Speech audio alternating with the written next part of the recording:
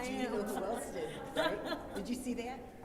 Oh, who I cares know. about that? Look, hear me. Who cares about that? I don't. Look, hear me. I don't. All right, well, that's good, because Not at all. The number one from before that either. How you doing? Good.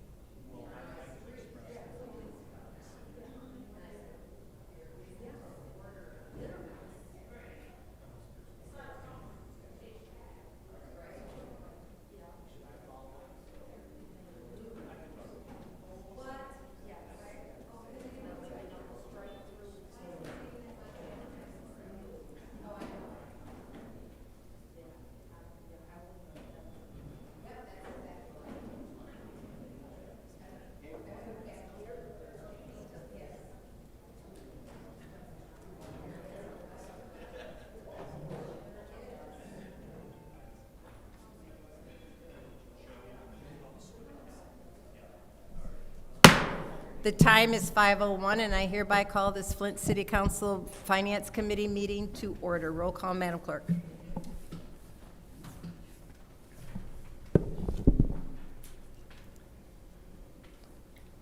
Mr. Alamin is not in.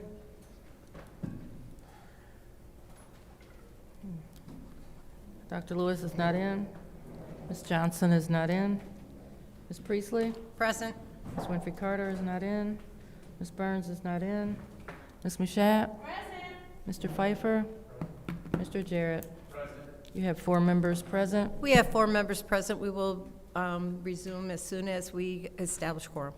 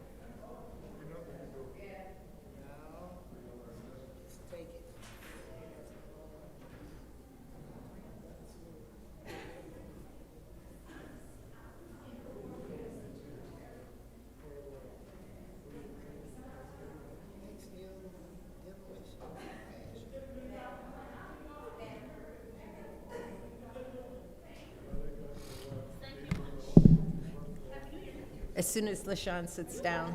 Well, we can do quorum right now, Madam Clerk. We can do roll call again.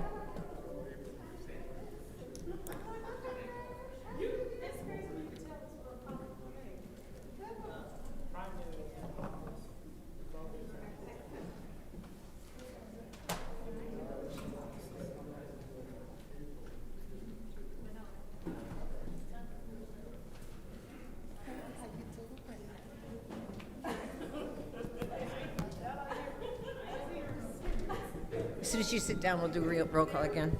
As soon as you sit down, we'll do roll call again.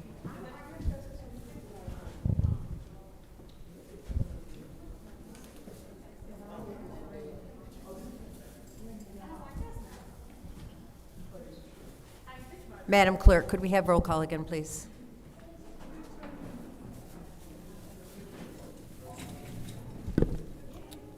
Okay, at 5:05, we will redo the roll call. Mr. Alamin is not in. Dr. Lewis is not in. Ms. Johnson? Present. Ms. Priestley? Present. Ms. Winfrey Carter? Present. Ms. Burns? Oh, present. Ms. Mashat? Mr. Pfeiffer?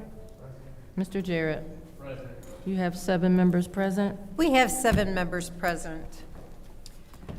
Reading of disorderly persons, City Code subsection. Any person that persists in disrupting this meeting will be in violation of Flint City Code Section 3110, disorderly conduct, assault and battery, and disorderly persons, and will be subject to arrest for a misdemeanor.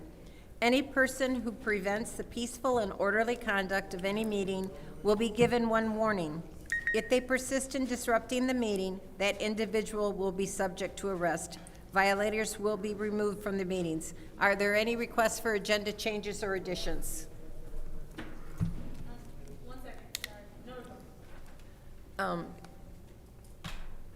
Ms. Mashat, was there consumers going to become in this meeting? No, I'm sorry, it's the other meeting. Okay, all right. All right, so it's now time for public comment. Members of the public who wish to address the city council or its committees must register before the meeting begins. A box will be placed at the entrance to the council chambers for collection of registrations. No additional speakers or slips will be accepted after the meeting begins. Members of the public shall have no more than 3 minutes per speaker during public comment, with only 1 speaking opportunity per speaker. Madam Clerk, who is our first public speaker? The first speaker is James Moore.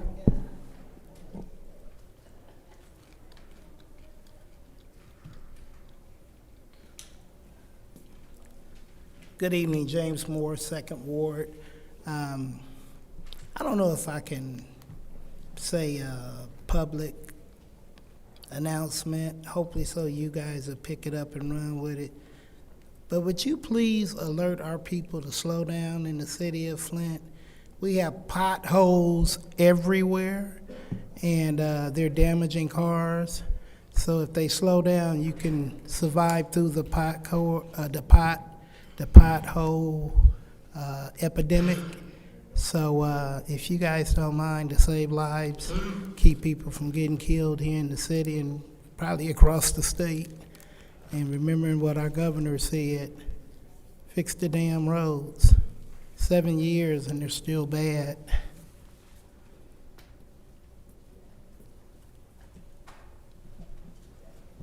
Next public speaker, please.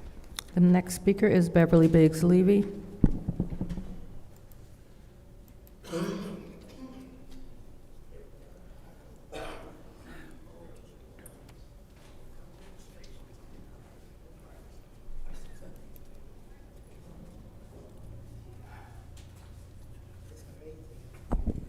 Hi, my name is Beverly Biggs Levy. This is a new year. All of you gotta run for the seat. Bring the mic down? Okay. All of you gotta run for the seat. This is gonna be interesting, real interesting. I think about when me and you, LaShawn, was out getting signatures for Liddell. You always said you was gonna run for that second ward council seat. You gotta run for your money, I guess, this time. 'Cause you and Liddell is running, and a couple other people. I don't see how Leon can say he live at a different address when he's been using 606 East Mott Street. Now it's Parkway. We can't make this stuff up. But he live in Mount Morris. Oh no, he's in Tanya's ward now. This is gonna be interesting, but I will be running for that third ward city council seat, and I will not give up. Dennis, I pray you stay. I pray Jonathan stay. Jerry and Tanya, I love you to death, but I know you need to do something different. I just think that we need to do better when it comes to our city, and we're not. We're doing everything that's crooked. I want to see what y'all gonna do crooked second and third. Y'all did crooked for the third ward. I want to see what y'all gonna do crooked for the second ward. One of you gonna have to wind up getting it, I guess. We pray that our city get better.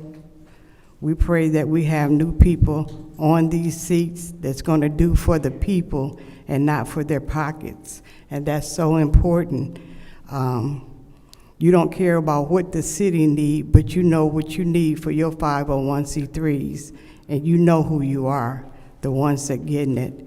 And a lot of that's probably gonna be cut out next year for 2027, or this year for 2026. I pray all is well, and we get on a better outlook for the city in 2026. Have a blessed day.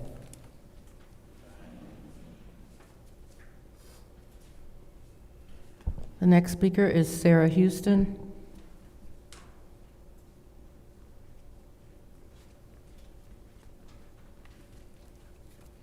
Sarah Houston, 6th Ward. It was very disappointing to hear Liddell question the need for access. To ask how many requests were made and for everyone to make note of that was just disrespectful within itself to the deaf community that reside here in the city of Flint. They don't feel welcomed when you don't offer the access that they so rightfully deserve. To offer closed captions as an option or a better option, take some time and look at closed captioning yourself. It's not accurate. Sign language is a separate language from English. It has completely different syntax and grammar. Deaf people are language deprived because they are born to hearing people who are convinced by the medical society that they need to be fixed and they need to assimilate to the hearing community. You as a hearing person don't know this, nor do you seem to care, because you continue this talk about, is how many people have asked for access, this, that, and whatever. They have to feel like they belong. They have to feel as if they are welcomed. So give them what they deserve, which is access under the law. Equal access. Find a way to make the money work, you guys. Act like you give a damn about the deaf people who live and pay taxes in this city. Thank you.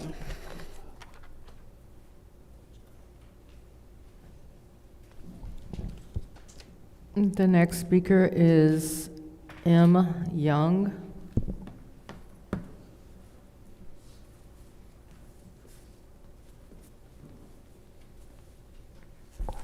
Good evening and hello to everyone for 2026.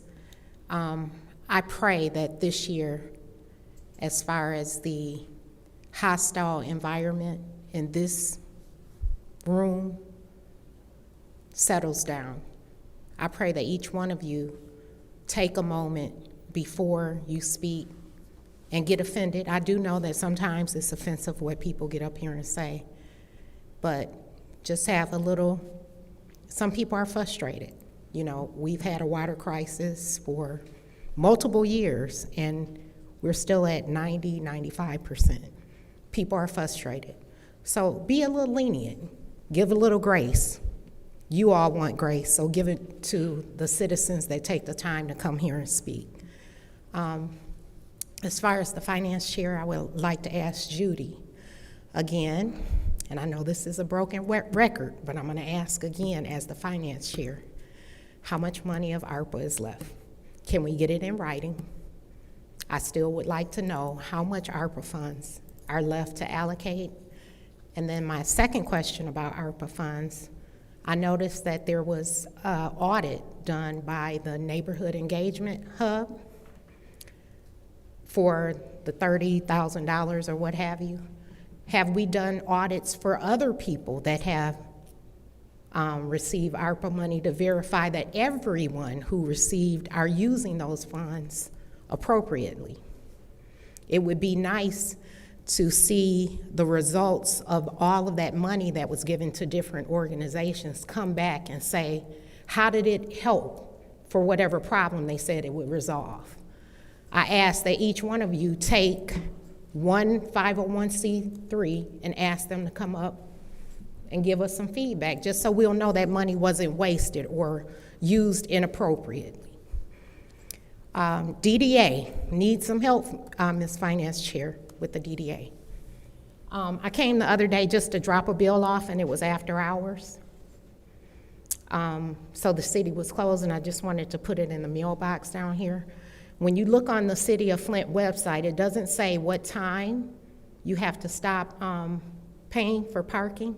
But even if I was, say, a senior, and I know that a lot of them drop off their bills in the mailbox outside, they shouldn't have to pay $1 for, we should have like some type of grace period out here for parking. And if you can't do that, the city needs to move the mailbox closer to the street so that people can drop off their voter ballots and their bills. I mean, just to pay $1 for you to just come and drop something in the mailbox, that could change somebody's home environment. So any help with that would be appreciated.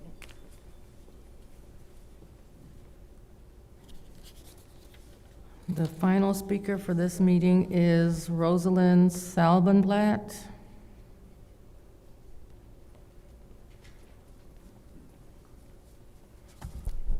I want to thank you for allowing me to address the committee. I'm here to speak about the proposed ordinance 26006. I'm a member of the Bridge Brigade that has been protesting on the Beach Street I-69 overpass every Friday since February 28th, 2025. We're there for about 2 hours. We leave the area cleaner than we found it and have had good response from the public for being out there. We reviewed MCL section 257.615 and are in compliance with all restrictions in that statute. We do not do anything that resembles any emergency vehicles or presents a distraction to the drivers on the expressway. No flashing lights or reflective materials. We do not promote or denigrate any political candidates. We bring awareness of current events that are happening. Most of the time, the city police drive by and county sheriffs, we've had an increase in that recently, and they give us a thumbs up for expressing our First Amendment rights of freedom of speech. The DOT has stopped a few times and told us we couldn't have things on the bridge. We informed them that we are within our rights under statute MCL section 257.615, and they have left. The MDOT attempted an administrative rule change. They had an open comment period, got thousands of negative responses due to the freedom of speech on public property. There's nothing moving forward with that at this time. I did look yesterday. There is also, I believe, legislation pending at the state level that I've been told will not go through. This ordinance proposal and the other attempts that have been made are nothing more than a blatant attempt to shut down our right to free speech and peaceful protesting. We, the people, say no to those attempts. We are guaranteed to the right of freedom of speech by our national constitution, Shutting down our right to use public property for freedom of speech is the same as denying us the right of freedom of speech. Do not take away our constitutional rights. Would you like a copy of this?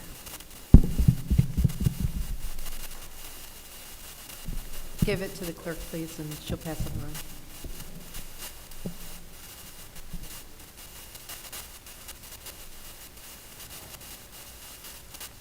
Madam Chair, that was the final speaker. Thank you. It's now time for council response.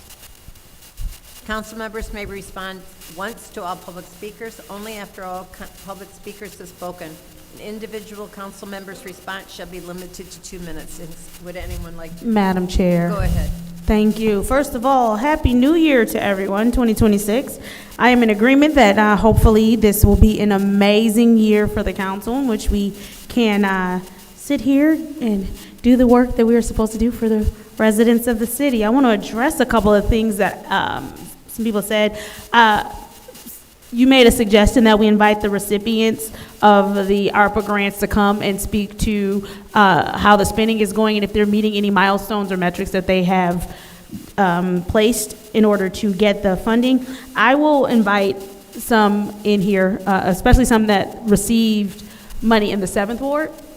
I will invite them to come and speak and give an update on what they're doing with their ARPA money and if they're moving forward, if they're meeting any metrics, as well as I can reach out to some who are elsewhere, but I will specifically reach out for 7th Ward recipients and then any other 501s that I just happen to catch up to. I will invite them to come speak as well so that they can give a report on what they're doing with their ARPA money. And then you also spoke to parking in front of City Hall. One, it alarms me because you said it was after hours. And so you should not be getting a ticket anyway if it's after hours. But also, if all you did was come up and drop something in the drop box, you have 30-minute free parking in front of City Hall to conduct business. So if you did receive a ticket, we can get that ticket. You did not? Okay. But just so you know, there is a 30-minute grace period for anyone conducting business inside of City Hall that parks in front of City Hall. So there is a grace period there. And then as far as the woman who came up and she spoke about Resolution 26006, that is in Legislative Committee. It's not, that resolution is not in this committee, but thank you for providing us with that paper so that we can take a look at it to see a little bit more about what you're talking about before we get to that committee and vote on it. I yield, Madam Chair. Anyone else? Madam Chair, Go ahead.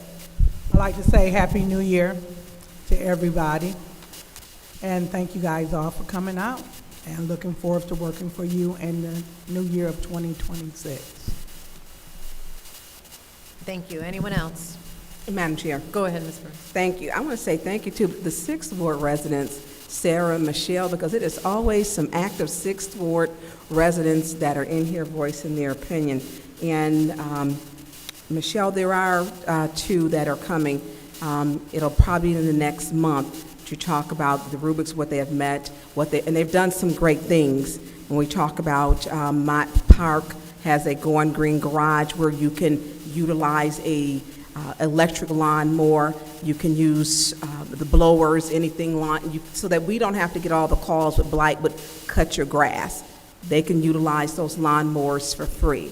And also with Bethel Church, with the great things that are going on there where you can go, anyone can go there on Monday to get free food, then also get a COVID test, get a flu test, also get cholesterol. So there are many great things that are going. I wanted to make sure with my ward money that it would be seen even after if I was not in the 6th Ward or in the seat anymore. And that was important to me, to keep it so it's something that's sustainable. Sarah, I agree.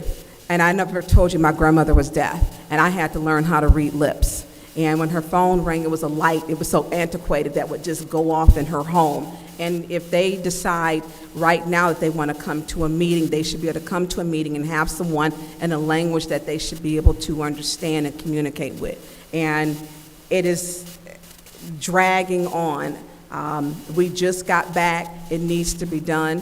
Language, we have language barriers, and this should not be one for our deaf community. We have the largest Michigan School of the Deaf, less than, 5 miles from here, and we can't get someone here to be an interpreter. It's inexcusable at this point. We find money for everything else.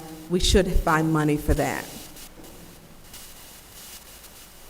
Thank you. Anyone else? Yes. Go ahead. First, I would like to say Happy New Year to you all. And I would like to thank the residents who are here. Thank you for being engaged in the process. I'm really hoping that for this year, 2026, that we can get more residents to come down and be engaged. Also, I would like to say to Ms. Young, I will definitely invite some of the individuals or organizations that received ARPA money, particularly those who received ARPA money in reference to my $30,000 ward initiative. That's a good idea to have them come and speak about what it was that they, did and the outcomes of it. And Miss Sarah, thank you. Thank you for coming and speaking.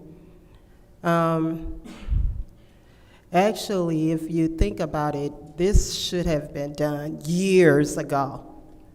It should have been done years ago. And I'm when you came to us the first time, I was like, you know what, she's right. So thank you for always coming to the podium and pressing the issue. And so hopefully we can get something done and put some money in the budget to make sure that it can continue on. Thank you, Madam Chair. Thank you. Anyone else? Anyone else? Seeing none, I will take a few minutes.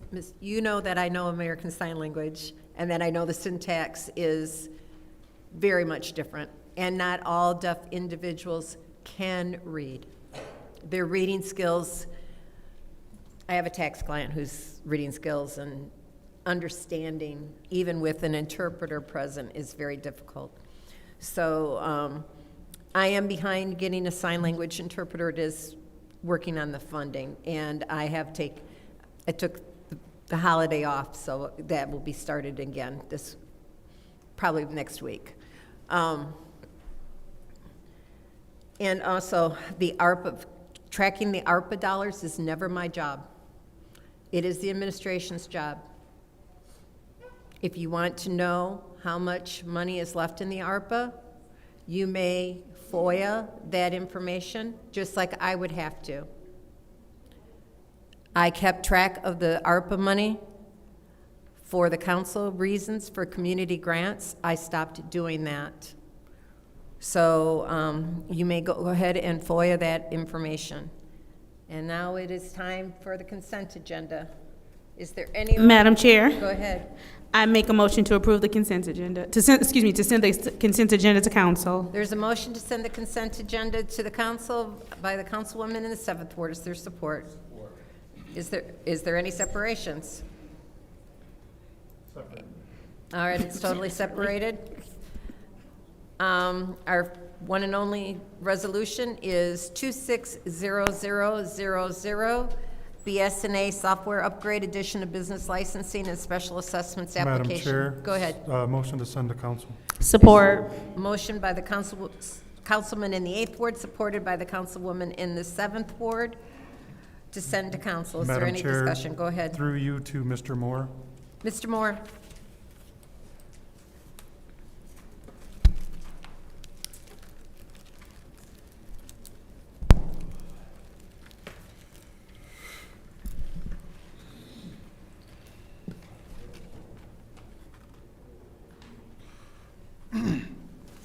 Mr. Moore, since this was not a budgeted expense, can you tell us what the benefit to the city residents this is going to be? This is a major upgrade to the software. It is something that let me go back a step. The reason why it wasn't budgeted, it's a capital item, it's in an internal service fund, which means that it won't show up in the revenue and expense of that fund. Well, it wasn't budgeted because we adopted last year's budget, so this one Right. couldn't have been budgeted. Right. So just broadly speaking, can you tell how spending $600,000 is going to improve the system and how it's going to improve the interaction with? Absolutely. That's what my question is. The first item I'll talk to is the security of the system. Right now, everything is, the version we have is housed in this building, and we are responsible for making sure that the hackers can't access it. With this upgrade, it'll be moved to the cloud. The vendor will be responsible for maintaining security. They have much better security than we could ever hope to have.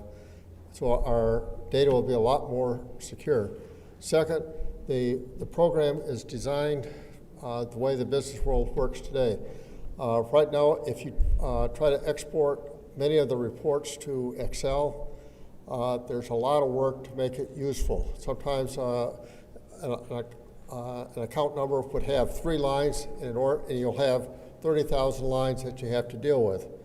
With this program, with the upgrade, it'll all be in one line. You won't have to spend hours trying to manipulate the data so that you can use Excel to access it. It's going to make it so that we always had the most recent update on everybody's computer as soon as they log on. Right now, every week, we have to update our programs. And like I have like 7 programs that I use, so I have to make sure those 7 are updated every time. I have 2 computers, so that's twice as many. It takes me roughly an hour a week to upgrade everything. That will be gone. Won't have to worry about that. It's going to provide us with some software. Like one of the big things is being able to send work orders to our water service center and have it sent to the field on their iPad so they can address it immediately. If you want to turn somebody's water on, we can send a message saying, turn on this person's water. They'll get it, and they can do it that afternoon. They don't have to come to City Hall to get the work order. So just to, because my time is running out, how will this save the city money in the long run? Because I don't think we're cutting any labor downstairs as far as, like, it may be more efficient, but we're just adding an expense. We're not cutting any labor. So tell me how this is going to add a cost benefit in the long run. Some of the other items, we won't be storing we won't have to maintain the servers in-house. The vendor's going to be. So how is this going to save the city money? That will save us money because we won't have to maintain those servers in-house. There's a lot of these items are labor-saving devices that we will save. The other thing you have to remember is that many of the items that we're talking about, these are all going to be required at some point. The vendor is going to insist that everybody update their software at some point. And what is the yearly, because now we're going from something that we purchased, right? Now we're going to a subscription base that's going to cost us money every year till the end of time, right? So what is that yearly expense? Jeff can probably answer that better than I can. Yeah. Currently, for the on-prem, it's about $128,000 a year. And this one with the 2 new systems will be around $342,000 a year. Anyone else? Madam Chair. Go ahead. Thank you. Through you to the speakers. Just for clarification, currently, annually, we're about 100, you say 28? 128,000. Yeah. Okay, and in addition to the 600,000 to, I guess, purchase the license or what have you, in addition to that, approximately $300,000 a year? Yes, 300? but of that 600, the first year's 348,000 is included in that. So then, after that installation, it'll be 348 a year. Okay. And we would get invoiced for that 348 after the first year? Yes, that's the 600 would cover the first year as well as installation. Okay.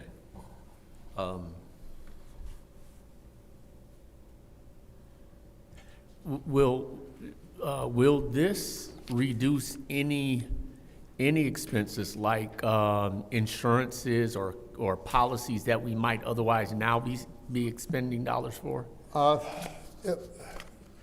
not sure. It'll be, it certainly is going to be a labor-saving device. The fact that we don't have to spend time updating our computers every week is going to save everybody in the city that uses it time. Mm-hmm. The fact that we can, one of the things that we'll be able to do is use their program for credit card processing.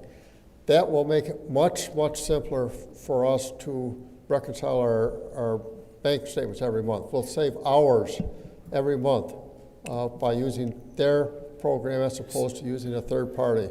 Okay, but to your knowledge and understanding, it's not gonna eliminate the need for us to carry any insurances that we might otherwise be paying now to cover any kind of breaches. I don't think, right now, we are uninsured for cyber insurance. We're currently uninsured? That's correct. Okay.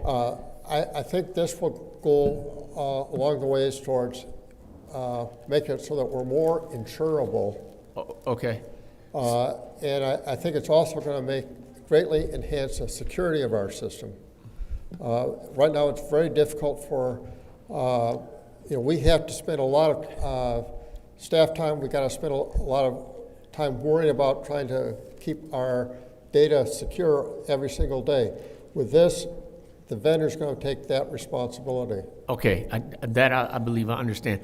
I apologize, I don't know your name, but you were nodding as it related to like some of the time. Yeah, definitely. Is there anything quantifiable that you can add to this? Well, I know that him and I both have like large reports that we run. I have reports that take 2 to 4 hours. And so when I'm running them in my system currently, I'm dead in the water to do anything.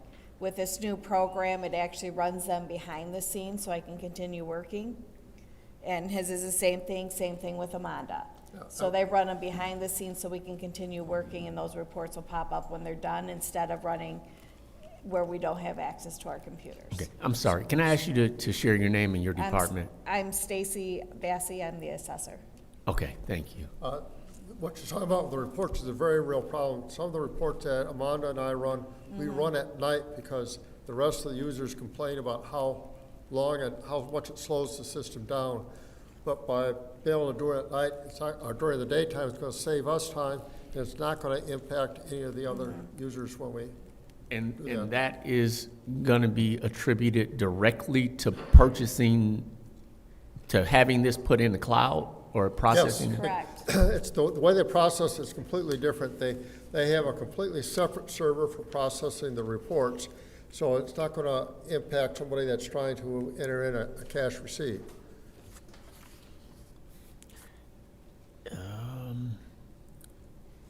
And then, I guess, one other thing that's not jumping out at me. Was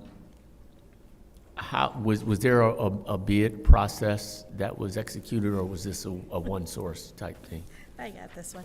So this is a sole source because of me. Currently, the State Tax Commission only has one company that is certified for assessing departments throughout the state to use, and that is BSNA. We have CAMA standards, which is computerized appraisal mass standards. I'm going to cut you off. We'll get back to you. Okay. Anybody else? Go ahead.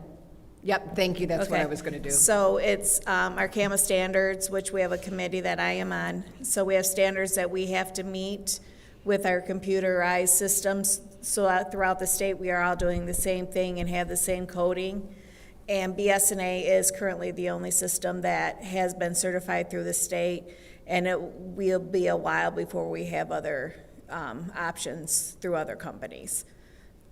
Okay, how, Stacy, I didn't realize your name wasn't Cake anymore. No, it's not. Congratulations.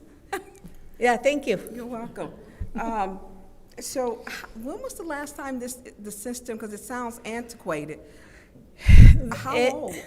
We switched to .NET. I've been here, it'll be 9 years on Friday, and we changed back when I was at Burton, so probably 15 years ago was when we went to .NET, so it is time for a change. It Yeah. is time to bring that system up to date. It's way Yeah. past time. Yeah. Because software can easily be outdated. I mean, that's a long time. Right, and I have been to other, since this came out, I've been to a few other units and have looked at the program, and it definitely has some perks. There's still, as always, some glitches, but there's definitely, like I said, with those reports running behind, particularly for me, I have 57,000 parcels.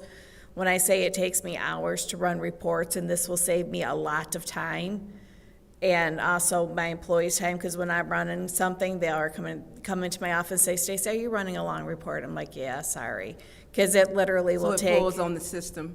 Yeah, it pulls on the system. It could literally take them a good minute to even change to a different parcel. So this will speed up everybody's work time within the network. So the cyber, we had a cyber attack, and so we don't have cyber insurance. Is this system,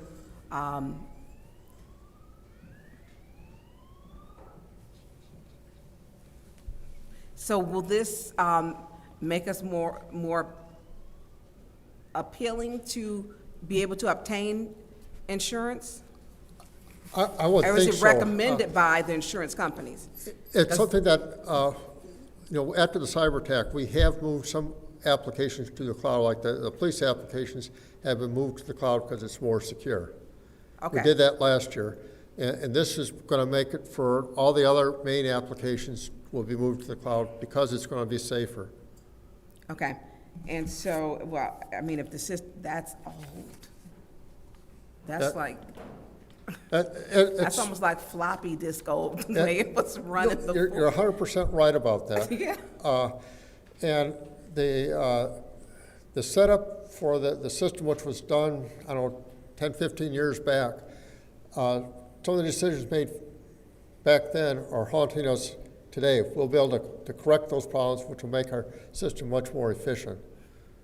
Okay, and so, Stacy, real quick, so when you say when you're running reports, will it lessen the amount of people? Or like when you're doing reports, did you have to separate or will it reduce the number of people having to run the reports? Or, I mean, what is the savings?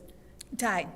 Time? Yeah, Okay. we'll be able to still work. Not monetary? Not monetary, no. We'll be able to, we'll get more work done. There Okay. won't be that lag. Okay. So, yeah, we'll be able to process more work done, and faster. Why didn't this, I mean, with the system being that old, why wasn't ever? Well, what has happened, BSNA is expanding, and they partnered with a new company that's coming in to help them grow. So with this company coming in, they were able to help them expand. So it's kind of like, have you ever seen like Shark Tank when they go in and have that bigger company come in to take them to where they need to go next? So that's what it is. That's a And we've good been talking analogy. internally, Yeah. the program's been available for maybe 3 years, and we've been talking probably 2.5 years about, because we knew at some point we were going to have to make the change. So the yearly updates, I mean, the yearly fee, does that include their updates? Because they're gonna be Yes. updating? Yes. Okay. Yeah. And so what's that total, Jeff? 342? Yeah, okay. And so, okay.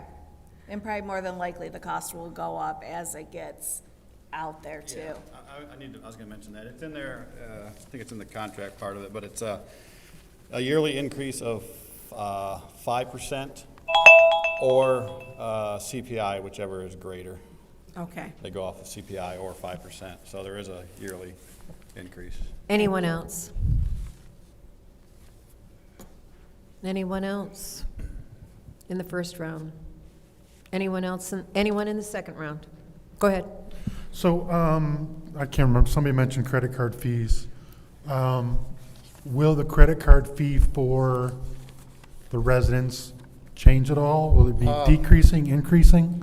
I'm not sure about I think the fees are gonna be about the same. It's just that it's gonna make it a lot easier for staff to track the fees and, not track the fees, but track the payments that people make with credit cards. If people pay online right now, we have a lot of customers that pay online. And it'll make it much more efficient because But no offense, Mr. Moore, people don't care if it's more efficient for us. If it's cost them 2 or 3 more %, then that's when we're gonna hear from them. It's gonna be virtually the same. Virtually the same or the same?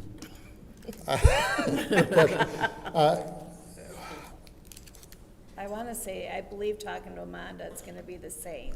Yeah, I don't think, I don't think. Can you find that out before Yeah, Monday?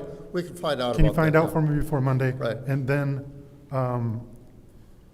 do we know any other municipalities as large as ours that are on the cloud system? No, there is not any yet. We'll be the largest unit to go. That scares me. There is one that's 37,000 parcels that is on there. I know that is. But do they run water and? Yes. Our cities like, I believe Saginaw moved on to the cloud. Have they moved on? I haven't checked with them. But there are. I don't like us being the guinea pigs, and then we come to find out that, I'm comfortable with it, and I wouldn't be moving if I was not comfortable with it. Because I'm very protective of my role. I get that, but no offense to you, we've heard that from every CFO, or I know that you haven't changed since we've been here. I think Mr. Moore has been our 3rd or 4th CFO that have led us down astray many a times because they said they were comfortable with it. So no offense, but it scares me a little bit that we are going to go into a system that we're going to be the largest and potentially the guinea pigs, and the residents and potentially your staff is going to feel the wrath of this if it isn't good. I'll get you a list of some of the larger customers that have changed over. We can get that by Monday. Can you get that to me as soon as possible? Because I Yes. will seriously call them. No, yeah, we can do that. Because this system and the way people pay their bills and look at stuff online with BSA, like, a lot of people use that in the community to pay their water bill, Oh, pay yeah, their tax that's- bill, or, But the problem with that, we are one of the largest communities within the state, so it's hard to get somebody comparable to us. well, we're not one of the largest. I mean, We are. we're in the top 10, but Grand Rapids is bigger, and there's a lot of them that are this, There's so. very few larger than us. Yeah, well, let me get you the list, and I can also get you a list of communities outside the state of Michigan. And credit card fees as well, please. Thank you. Anyone else in the second round? Anyone else in the second Madam round? Chair. Go ahead. Thank you. I do want to say you are correct. I believe Flint is the 7th largest city in the state of Michigan. And we have a lot of cities, villages, townships, and a lot more smaller. Like even in Genesee County, the reason we're the county seat is because the closest municipality to us has about 35,000 people less than us. So you are correct with your numbers of how it would be harder, especially around us, to find someone comparable as far as population.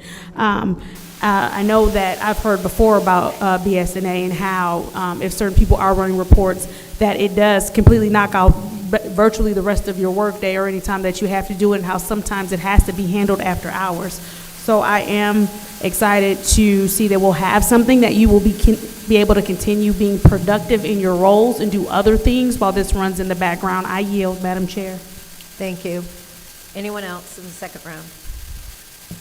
I'm going to take a few seconds just to talk about the licensing issue. As we all know, here on council, we have a major problem keeping track of businesses who are licensed to do business within the city. Mr. Moore, can you address how this will improve that? This will allow us to keep track of them on our computer system, allow us to, it'll have a complete database for every business that we have in the city. It'll interface with the other applications we have so we can make sure that there's a way that we can check and double check and find out where the businesses are located.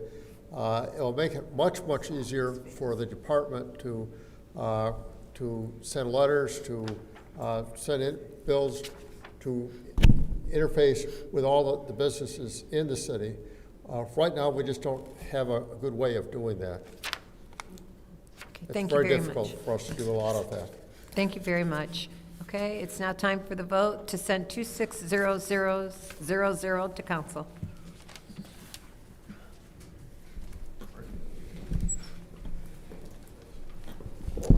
Mr. Alamin? Yes. Dr. Lewis? Yes. Ms. Johnson? Yes. Ms. Priestley? Yes. Ms. Winfrey Carter? Yes. Ms. Burns? Yes. Ms. Mashat? Yes. Mr. Pfeiffer? Mr. Jarrett? Yes. Vote is 9 yes, 0 no. The vote is 9 yes, 0 no. That will be sent to council. We now have a special order as requested by Councilwoman Burns regarding an update on the city's ACO projects. Ms. Burns, I'll go ahead and let you start. Thank you. You, Madam Chair, to look. Excuse me, we're going to do this in 15 minutes with additional time Got if it. necessary. Through you, Madam Chair, to Scott Dungy and Mr. Edwards. Yeah. My reasoning for asking, requesting the special order, I wanted to know if we have got, any loans that we have that are for projects coming out. How are we going to fund the loans?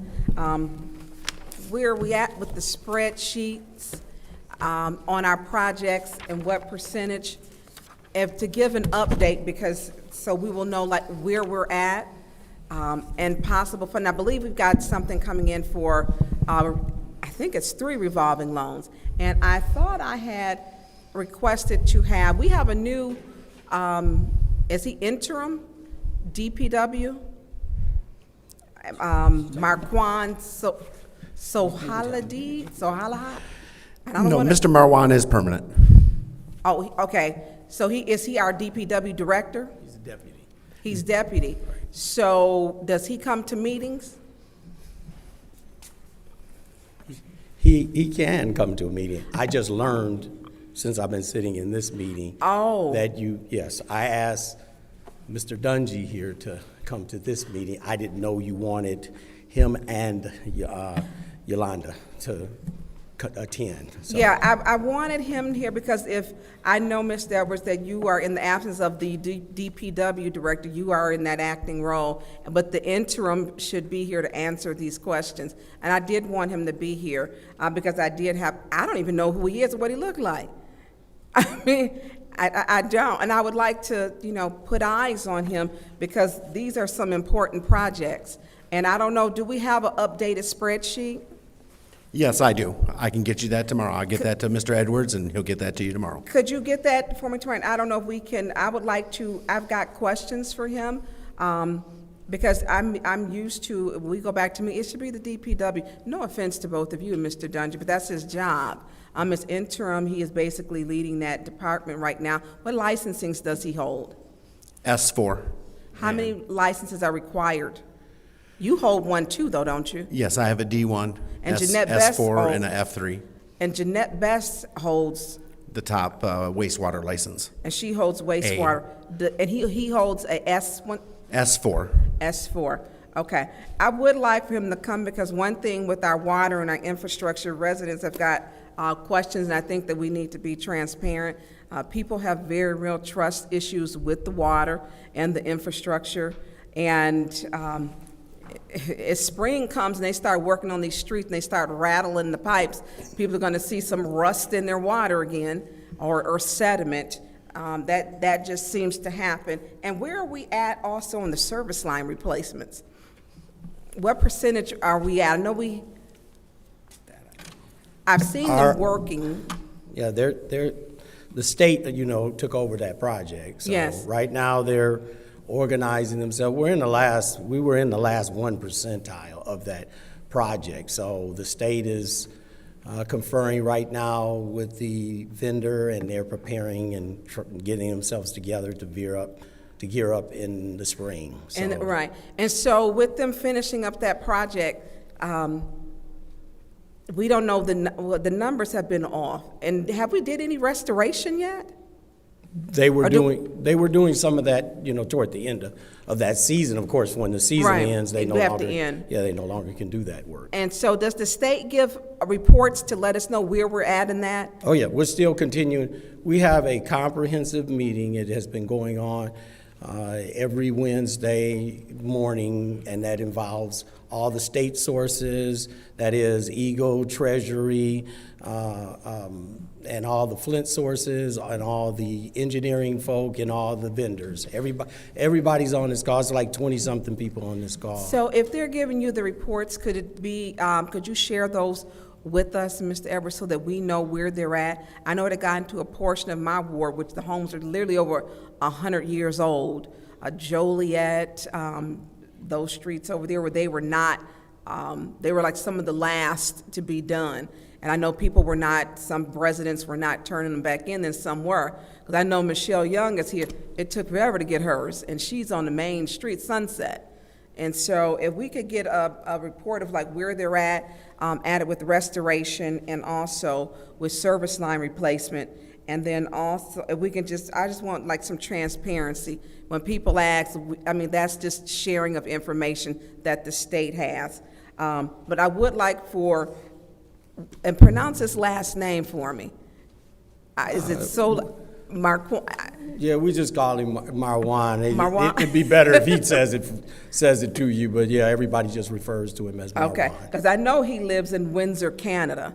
And so, and the question, can he be licensed in the United States with being a Canadian? He was working right out of Detroit. He'd been working across the Detroit bridge, for years. Yeah, he'd been working in Detroit for years. Well, he's only 25, so it couldn't be that, 26. It's a few years. I mean, yeah, he's young, so let's don't give it that decade or so now. So I would like to meet him, and he has a personal service contract, because he never came through us. No, he's not an appointee. No, he's not an appointee. He's not an appointee because he's a deputy. It was a competitive job. A competitive job. It was posted in a competitive job. There were like several candidates. Okay, and so he worked at Detroit for how many? At 25, 26, could have been that long. Well, I'll let him tell you how long. Yeah. Okay. Yeah, I would just like to speak with him, just to, I have some questions from him, and if you could share that report, please, with the state where they're at, and then you said you're going to get the new updated one. Yes, I can have that to Mr. Edwards first thing in the morning. All right. Thank you. I yield the floor. Thank you. Is there anyone else? Is there anyone else who'd like to address this special order? I'll close out the special order and request a motion for adjournment. Madam Chair, Go ahead. I just need to correct something really quickly before we adjourn, if I may. Sure. Thank you. I gave out some numbers. I want to make sure I give accurate numbers.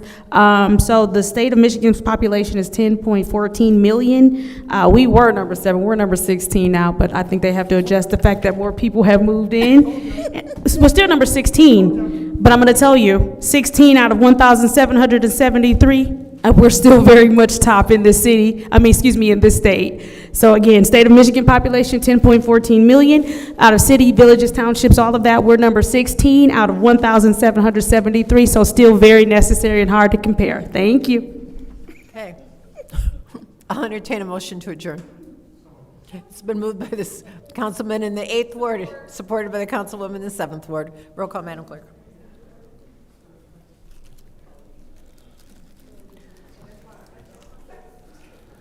Dr. Lewis? Yes. Ms. Johnson? Yes. Ms. Priestley? Yes. Ms. Winfrey Carter? Yes. Ms. Burns? Yes. Ms. Mashat? Yes. Mr. Pfeiffer? Mr. Jarrett? Yes. Mr. Alamin? Yes. Vote is 9 yes, 0 no. Vote is 9 yes, 0 no. We are adjourned at 6 o'clock.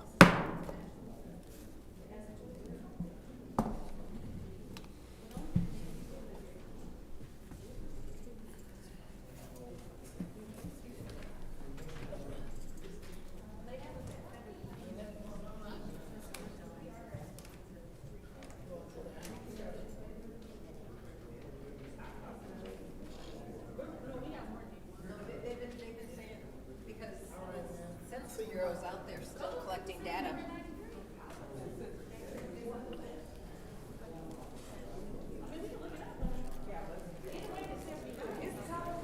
No. Whoops. Thank you for the popcorn. Thank you. This is my downfall. Did you make it?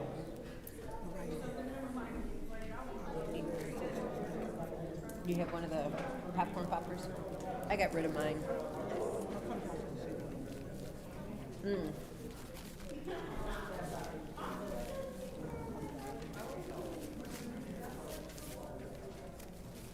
So what are they protesting anyways? These people protest. Nobody pays anything.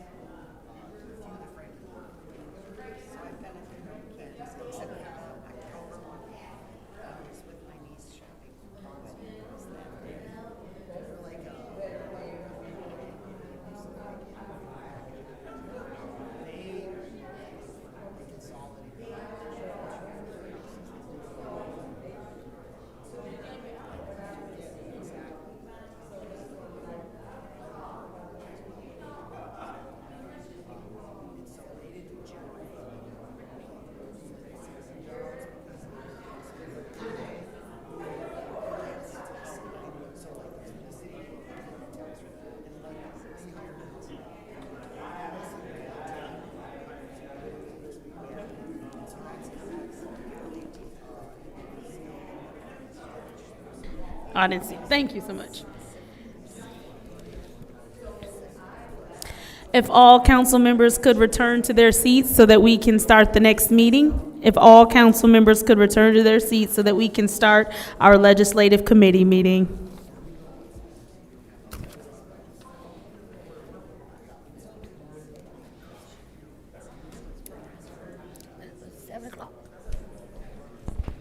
The time is now 6:06 p.m. on Wednesday, January 7th, 2026.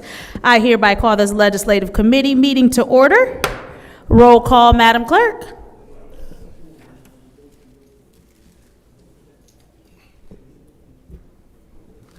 Mr. Alamin? Present. Dr. Lewis? Present. Ms. Johnson is not in. Ms. Priestley? Present. Ms. Winfrey Carter is not in. Ms. Burns? Present. Ms. Mashat? Present. Mr. Pfeiffer? Mr. Jarrett? Present. You have 7 members present. We have 7 members present.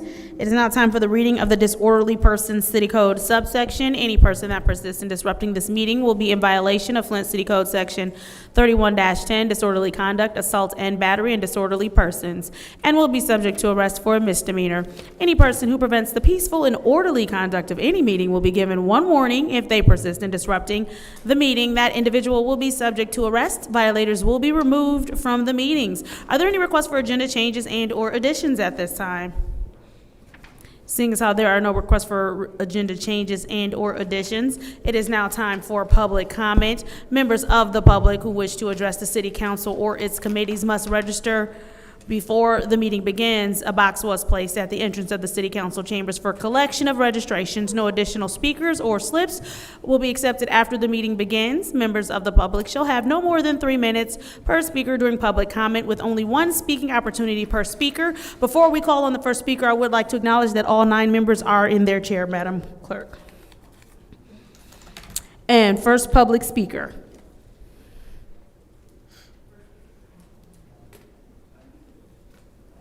First speaker is James Moore.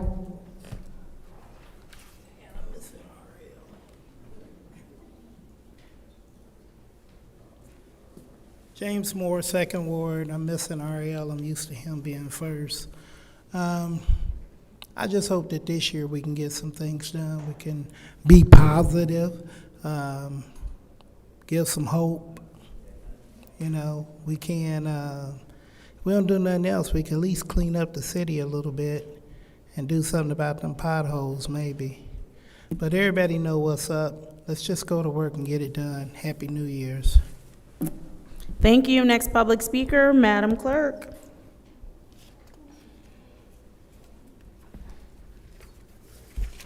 Next speaker is Sarah Houston.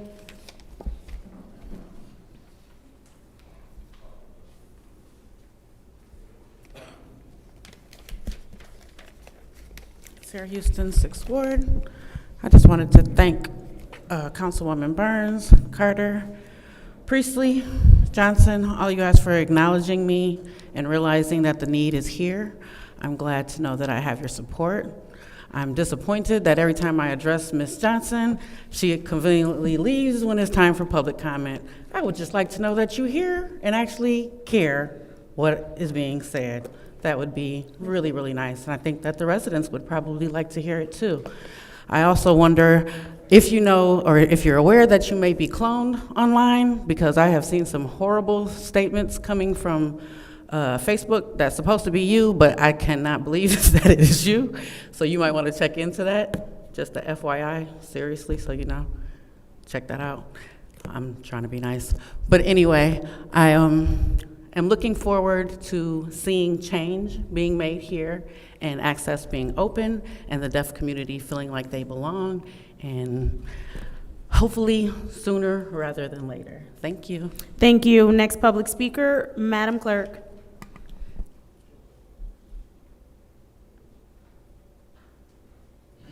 The next speaker is M. Young.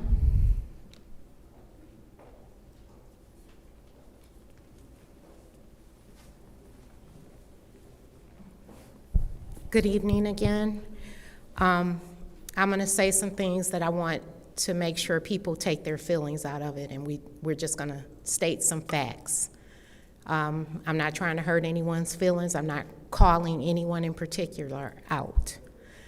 But Madam Chair, we have a systematic problem that a lot of the citizens are talking about in the city of Flint about elections, residency, and we need improvement. Some of the things are things that would be in the city clerk's office that needs to be addressed. So number one, the city portal. Previously, we have a history of the city portal information being wrong, telling you you were in the wrong ward. I would like to have some accountability and know that 2026 election, that problem will be closed and we can be proud of our city portal and how our election is handled. That is effective and truthful. Another thing that happened during the last election, maybe not the last one, but the last few, there were things that were sent out that shouldn't have been sent to everyone. And I'm not sure if that has to do with the portal information being wrong, but that has to also be corrected. We deserve professionalism from this group. I think the people in the city of Flint get paid nice amount of money to get this job done, and they have a nice amount of people that work for them in the city. This should not happen again. We should be able to be the #1 city because we've had the problem. We've had the time to get it fixed. We just need somebody to be accountable for fixing it. Now, I'm gonna also address the residency problem. A fact is, we have seen some judgmental paperwork signed with an address that is not in the ward that they represent. That is a fact. It's not a feeling, it's a fact. And it's been multiple forms signed by a judge. I would say that's legal. I would ask one of you to ask the attorney if it's legal. We have to address that. It's a stain. Do any of you want to be known as someone that is not addressing the issue? That you are not brave enough to speak up on your residents' behalf? Be brave, speak up. Hold people accountable. Do the work, please. Thank you. Next public speaker, Madam Clerk.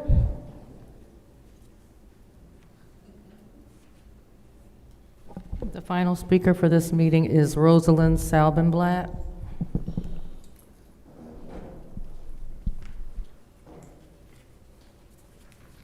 My name is Rosalind Salbenblatt, and I want to apologize for reading this at the wrong meeting first.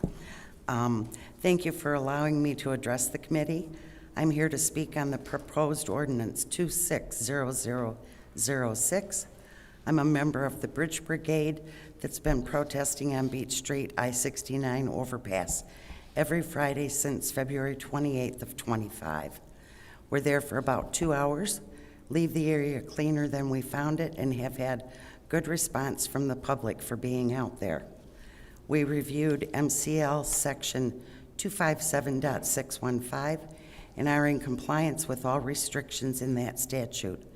We do not do anything that resembles any emergency vehicles or presents a distraction to the drivers on the expressway.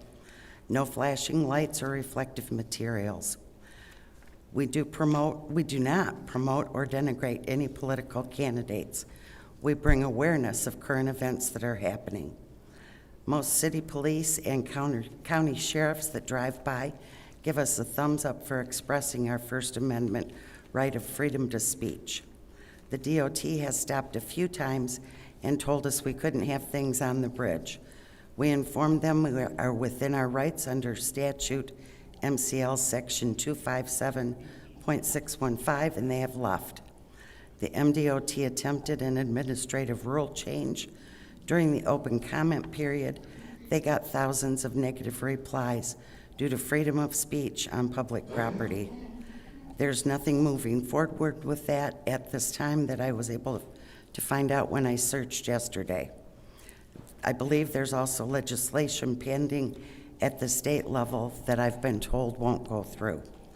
This ordinance proposal and the other attempts that have been made are nothing more than a blatant attempt to shut down our right to freedom of speech and peaceful protesting. We, the people, say no to those attempts. We are guaranteed to the right of freedom of speech by our national constitution. Shutting down our right to use public property for freedom of speech is the same as denying us the right of freedom of speech. Do not take away our constitutional rights. And I spoke with the city clerk between the two meetings, and she said that your intention was for candidate political signs. And if that's the case and you want to address that in the amendment, or the ordinance, so that it specifies political candidates, then I don't see any big problems with that. Thank you for your time. Thank you. Madam Clerk, you said that was the final public speaker? That's correct. All right, seeing as how that was the final public speaker, public comment is now closed. It is time to move on to council response. Council members may respond once to all public speakers. Only after all public speakers have spoken, an individual council member's response shall be limited to 2 minutes. Is there anyone who would like to speak during council response? Seeing as how there's no one who would like to speak during council response, I will go ahead and take some very brief time. I'm going to address the city portal concern. What we will do is we will get with the city clerk, have a discussion with her about that and how that works, because I'm not completely sure if she's even in charge of the information that goes on there. I'm not sure how that works, but I will get with her, and we should be able to have some sort of answer for you by Monday for special affairs of who's even in charge of the city portal. And then as far as Reso 26006, I know you said that, Ms. Rosalind, I know you said that you spoke with the city clerk just now, but I think that my colleagues and I all want to separate it just so we can get some clarification on it. We do thank you for coming to speak to us about this and drawing this to our attention. That closes out my portion of council comment. It is now time for consent agenda. I will entertain a motion from the body. There's complete separation, so we will move on. A complete separation ordered by the councilman in the 8th Ward. I will now move on to the first resolution, which is 250437-T, which is the Code Amendment Ordinance Chapter 50 Zoning Map. What is the pleasure of the body? Send to council. There has been a motion to send to council by the councilman in the 8th Ward. Is there support? Support. Supported by the councilwoman in the 4th Ward. Is there discussion? Yeah. Councilwoman, okay, councilman in the 8th Ward. Is there anybody from the administration to speak on this? I'm sorry, we are in legislative right now, and we are on resolution 250437. Is there someone from the administration who can speak to this resolution? All right, we do not have anyone who can, who can speak to this resolution. Councilman, you have the floor. Motion to keep in legislative. There is a motion to have this remain in legislative until someone from the administration who can speak to this can join us. Is there support? Supported by the councilman in the 1st Ward. Roll call, Madam Clerk.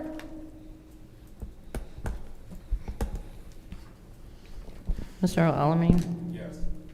Dr. Lewis? Yes. Ms. Johnson? Yes. Ms. Priestley? Yes. Ms. Winfrey Carter? Yes. Ms. Burns? Yes. Ms. Mashat? Yes. Mr. Pfeiffer? Yes. Mr. Jarrett? Yes. The vote is 9 yes, 0 no. The vote is 9 yes, 0 no. Resolution 250437-T, which is the Code Amendment Ordinance Chapter 50 Zoning Map, will stay in Legislative Committee until someone from the administration can join us. Moving on to Resolution 260001, which is the Code Amendment Ordinance Chapter 46 Wastewater Disposal Regulations. Is there what is the pleasure of the body? Madam Chair. Councilwoman in the 4th Ward. Send to council. There has been a motion to send to council. Is there support? Supported by the councilman in the 1st Ward. Is there discussion? Madam Chair. Councilman in the 8th Ward, you have the floor. Is there someone from the administration to speak on this? Is there someone from the administration who can speak on this? I believe Ms. Best will be joining us. Thank you very much. Madam Chair, Madam Clerk.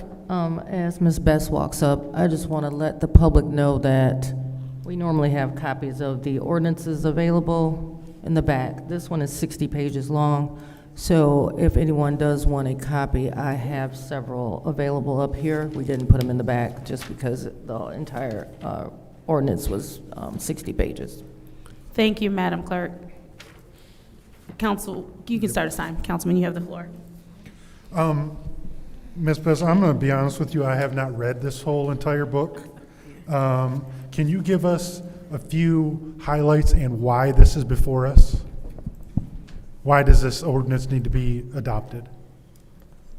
The sewer use ordinance is a part of the city ordinances currently, and we were required by Eagle to amend it and update it so that we were in compliance with the state law.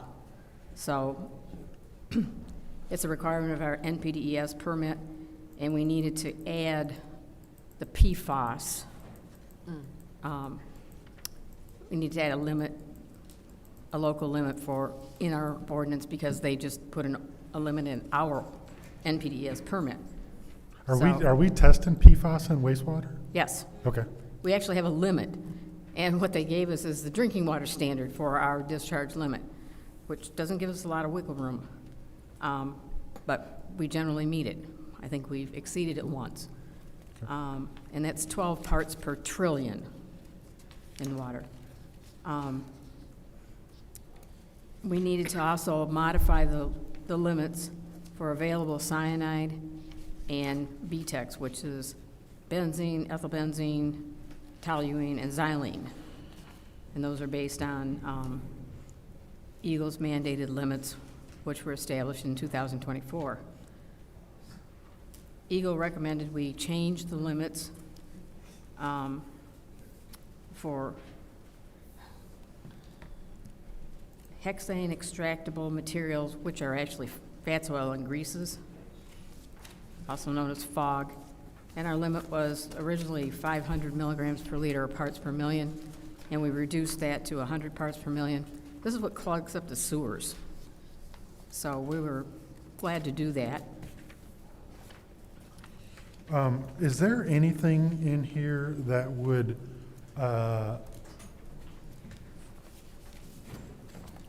is there anything, how do I word this? Is there anything in here that the resident, that will change anything with the residents on their day-to-day? As far as any, obviously this is wastewater, so they're not really considering drinking water, anything like that. So is there anything in this, or is this just purely a reporting ordinance? These are requirements that limit things you can put down your sewer, what you can flush down the toilet, what you can put down your sink, that kind of thing, anything that would be introduced into sanitary sewer. So this also applies to industrial users and commercial users. In this fats, oil, and greases, the HEM, which is... So can I still dump my grease down the drain? No. No? Okay. If it's over 100 parts per million, no. We would come and write you a violation and tell you to quit it, because that's what plugs up the sewers and goofs up the pump stations and all the other stuff. We're working really hard to try to corral that. We've started a intensive program to go back to the restaurants and say, look, you need to take care of this.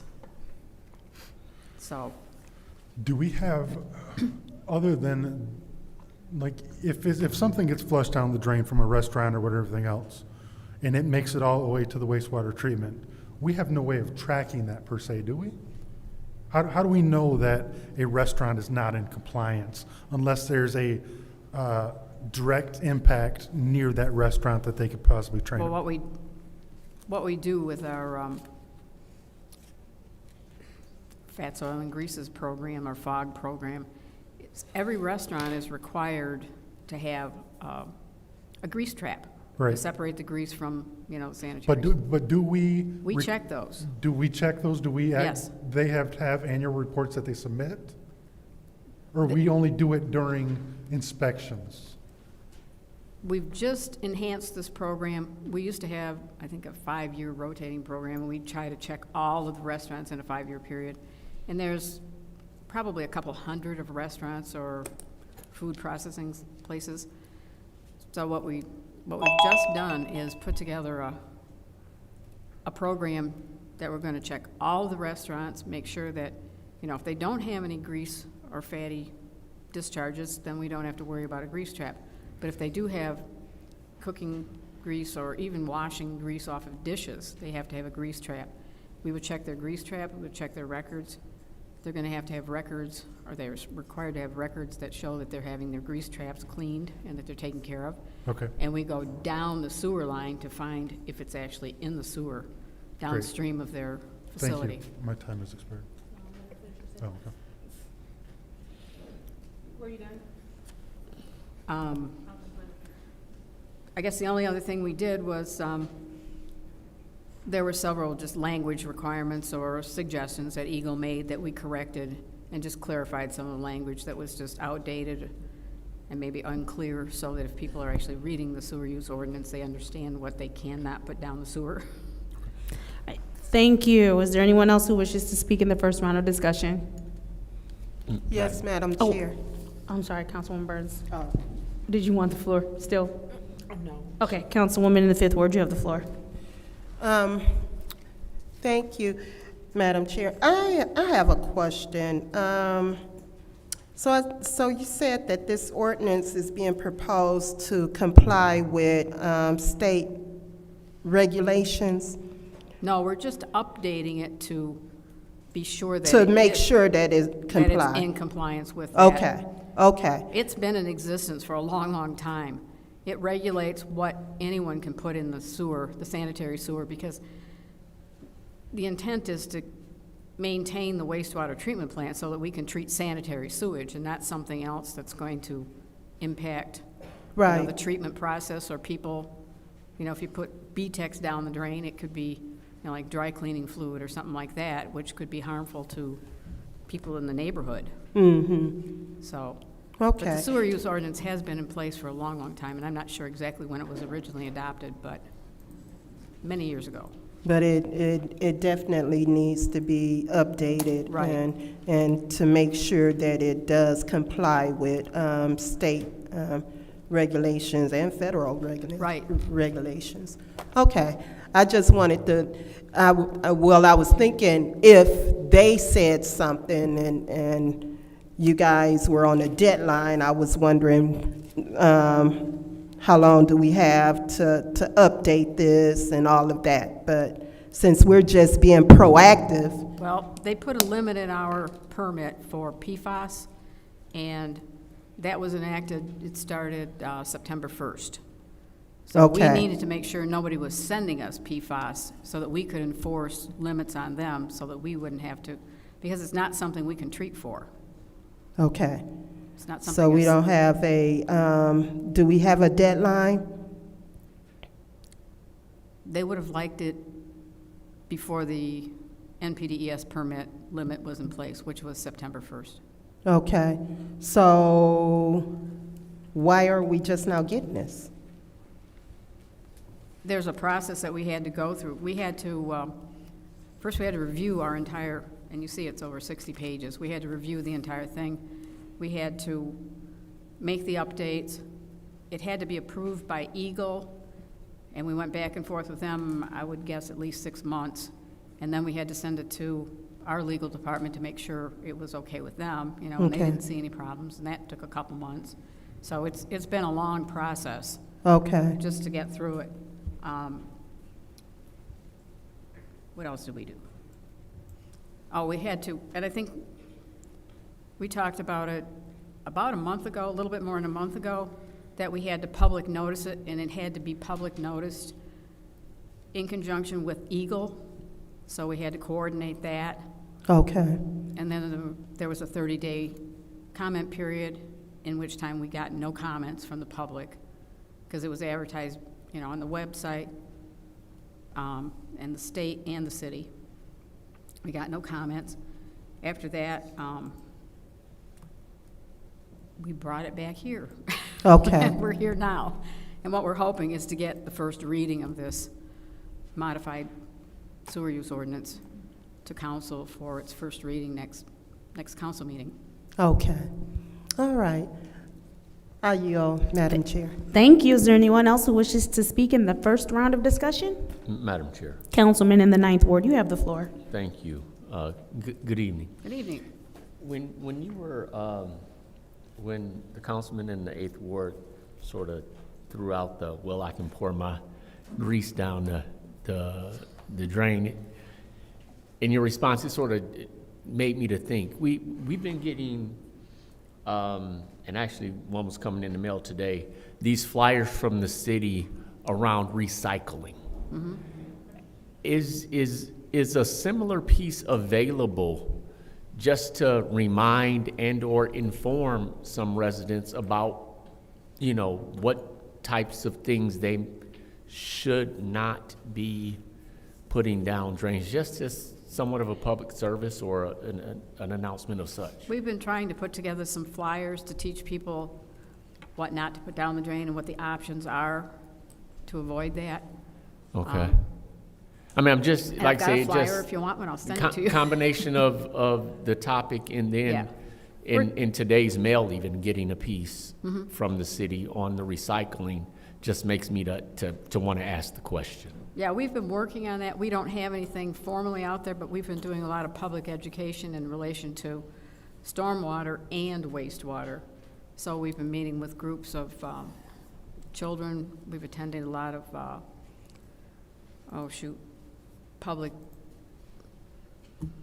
public events and handing out flyers and talking to people about it. We've got some little cards, we've got some flyers, things like that. And then we try to make ourselves available to answer questions if anybody has any. Okay, thank you. Mhm. I yield. Thank you. Is there anyone else who would like the floor in the first round of discussion? Madam Chair. Councilwoman in the 6th Ward, you have the floor. Thank you. Hi, Ms. Best. Hi there. Quick question.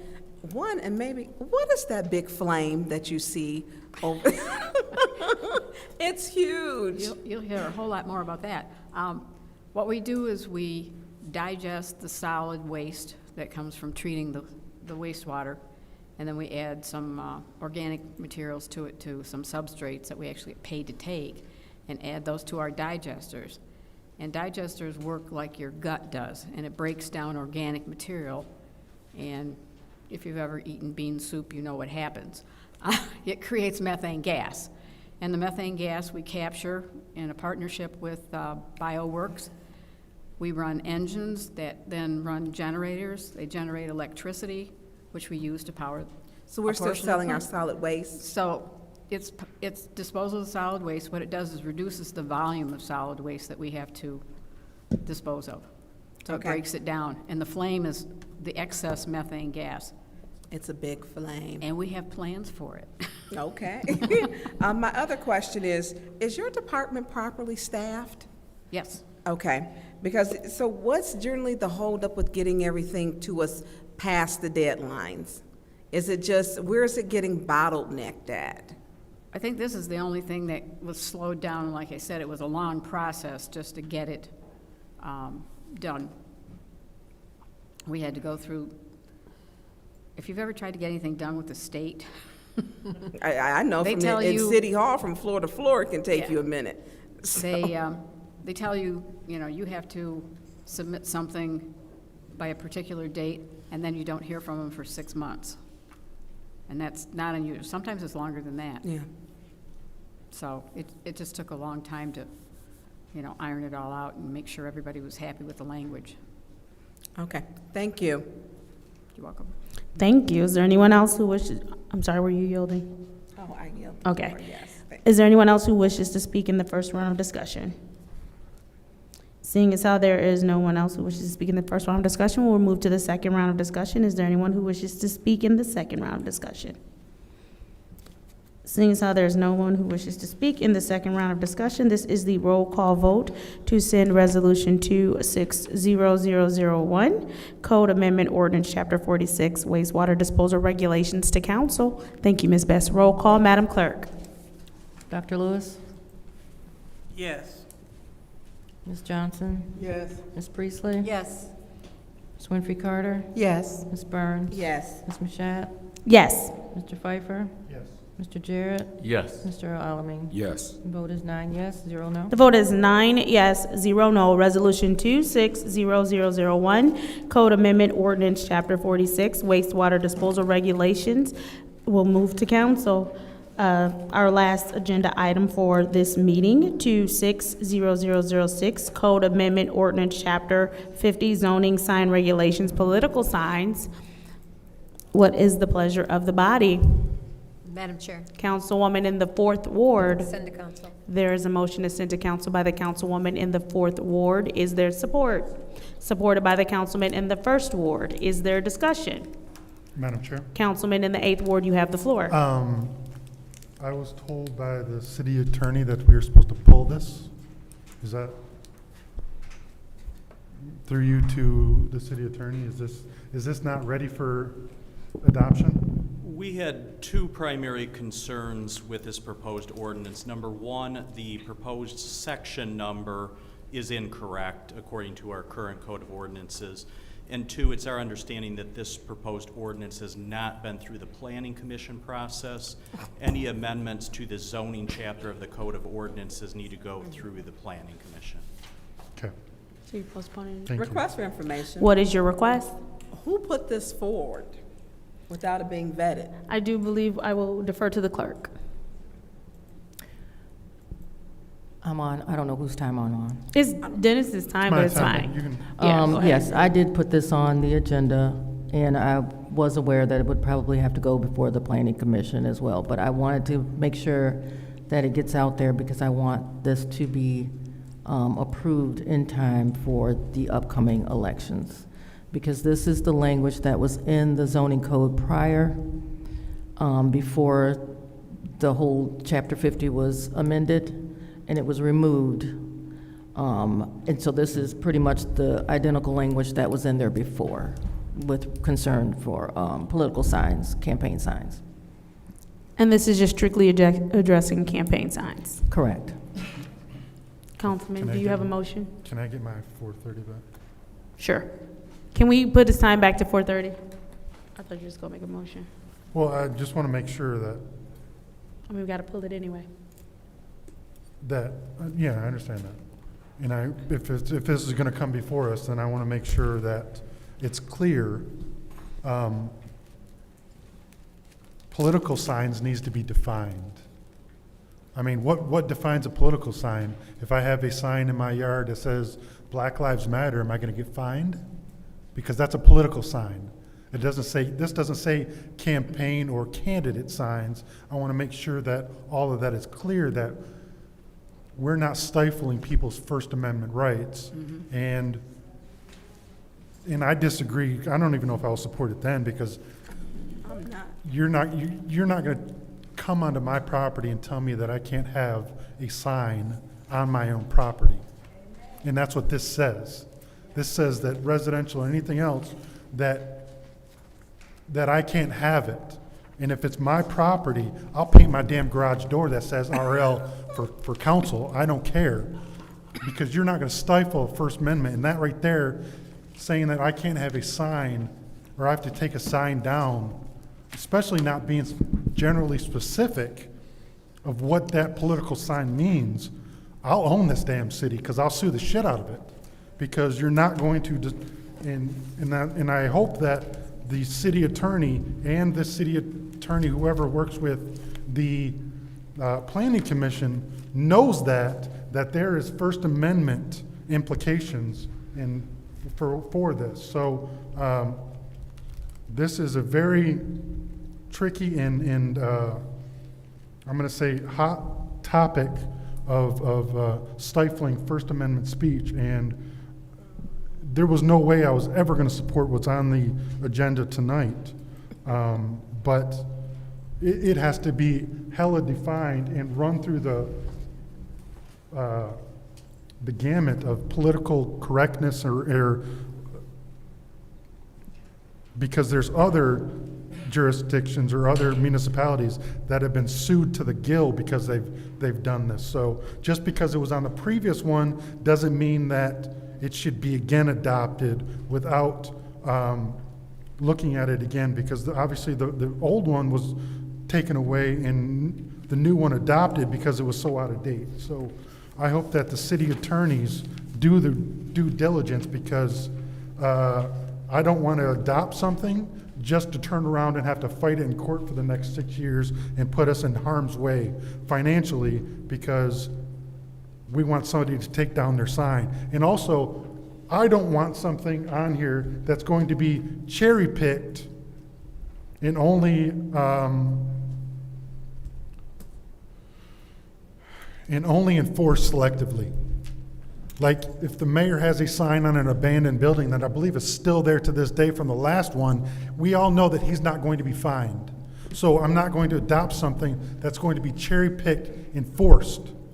And it's going to stifle anybody else's political ambitions or their message or anything else. So I'm just putting it out there.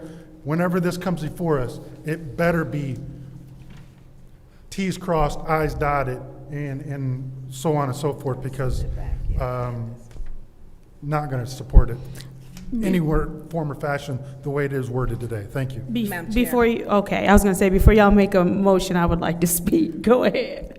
And Dennis, I agree with everything that you said, because I'm not in agreement with this, and for many reasons, but when it's coming before us right before a big political season. And so if we're saying we're going to do, and what is defined as being political? Because there are telephone poles which have red signs on it that has Mayor Neely's name on them. Is that political? They're on there in neighborhoods. They're in red, and they're attached to the poles. May as well throw trash cans. His name is on everybody's trash can. That's advertised. That's political. And so his name should not be on there, actually. It should not be on there. And they stated that when they told him that you are not supposed to be, you're not supposed to have your name on city property. He didn't purchase those cans. He did not.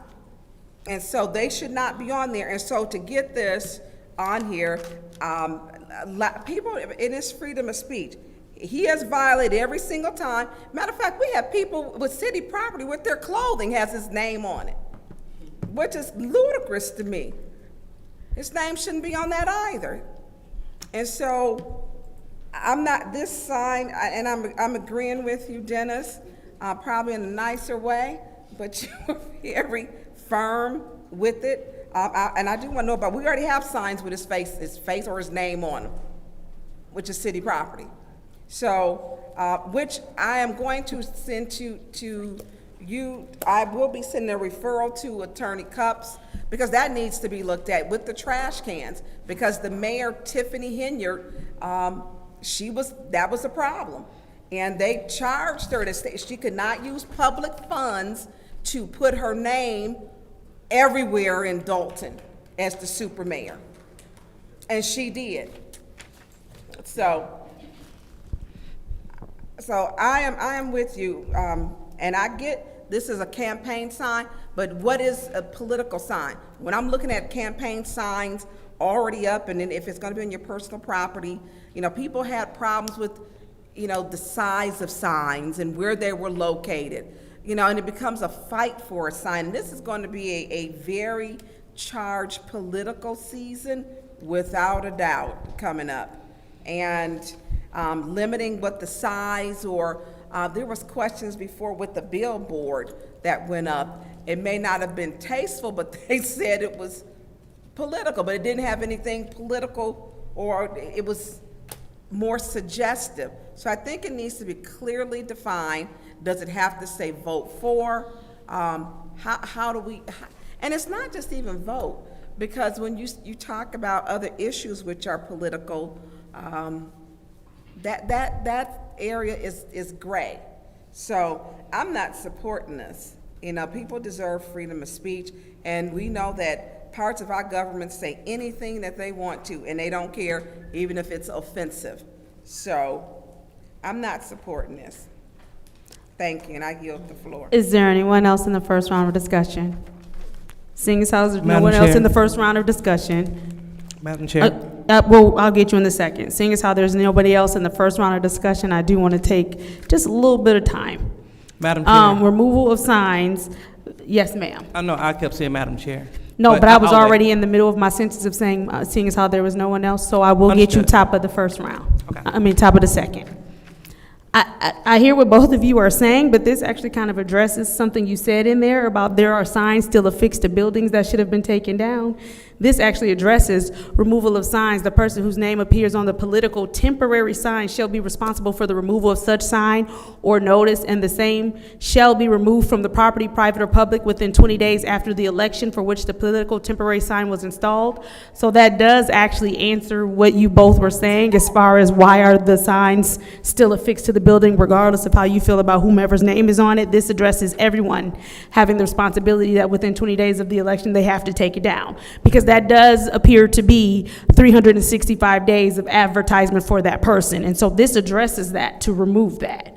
I think that there was something else that you all addressed that was in here too that this does address, but this clearly says the earliest time that political temporary signs may be installed is 40 days before an election, and political temporary signs shall be removed within 20 days after an election. So this speaks to temporary political campaign signs, which is the very thing that both of you are saying you guys see around and you're having issues with.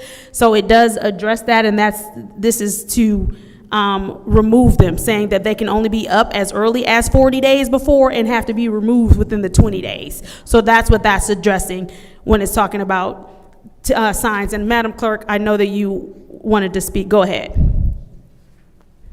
You can pause that. Go ahead, Madam Clerk. As I mentioned to Ms. Salvin Black, because she did have concerns about the nature of this, and I did speak to the Attorney's Office, and I did want it to be moved to council for discussion, and would then ask the council to postpone indefinitely so that we could address some of those concerns to make sure that it is deliberate in what it is. This is addressing political signs for candidates. We can put the language in there so that it's very specific to certified candidates, and this is what we're talking about for campaigning, because no one should be campaigning before they are certified by the clerk's office as a candidate for any election. So this, we can put in very specific language. This does not address what Mr. Pfeiffer was talking about, where you say any kind of political statement. This is not what this would affect. This is only so-and-so for mayor, so-and-so for council. It's very specific that you're running for a particular office, for governor, whatever it is. And I understand too that you said that, the language that was there before doesn't make it that it should go back, but there were some very specific things that have come up in elections since this language was removed from the zoning code. And that language was removed without any discussion with the clerk at the time. So when we came up with elections, again, people were saying, why are signs allowed on city property?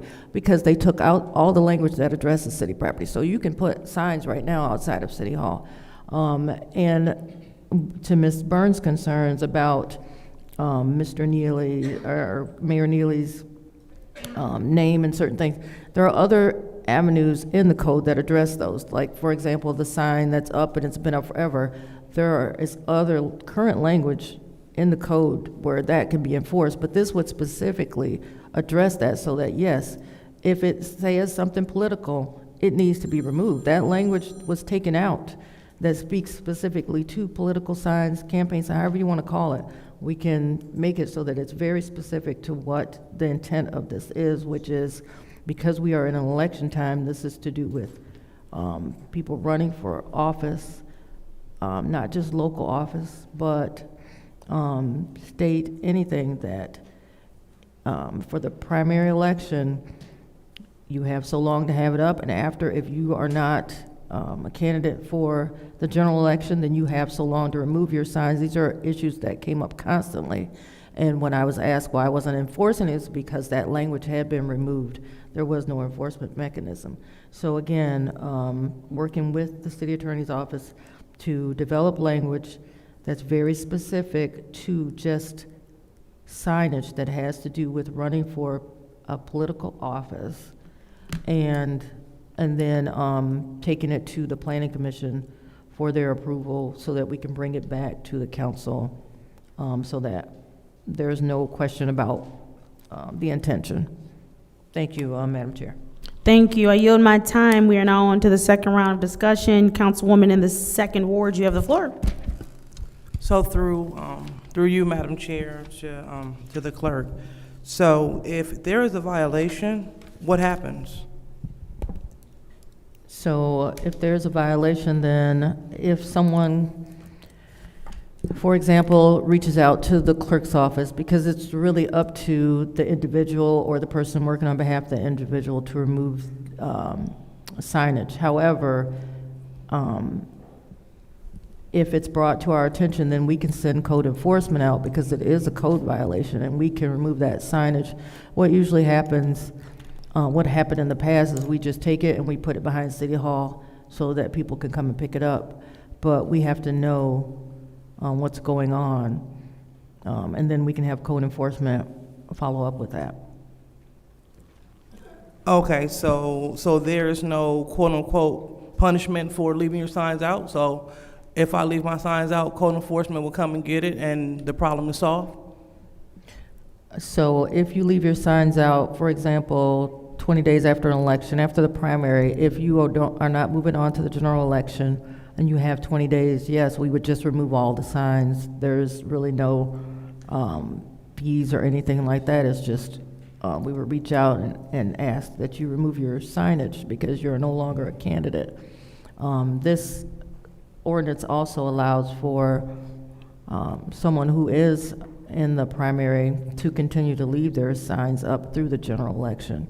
But yes, after an election is over, 20 days, you have to remove it. There is no mechanism for fees or fines or anything like that. It's just, we would just go and move the signage and put it behind City Hall. Okay, so there's no penalty, that's what I hear. What happened is, if we leave our sign out, you all will go get it and it's done. Correct, that's Okay. on public property, not private property. It's public property. But if someone complains, you can't mess with someone else's property. You can't go onto someone's private property and the election's over and remove a sign from somebody else's house. It's not like that.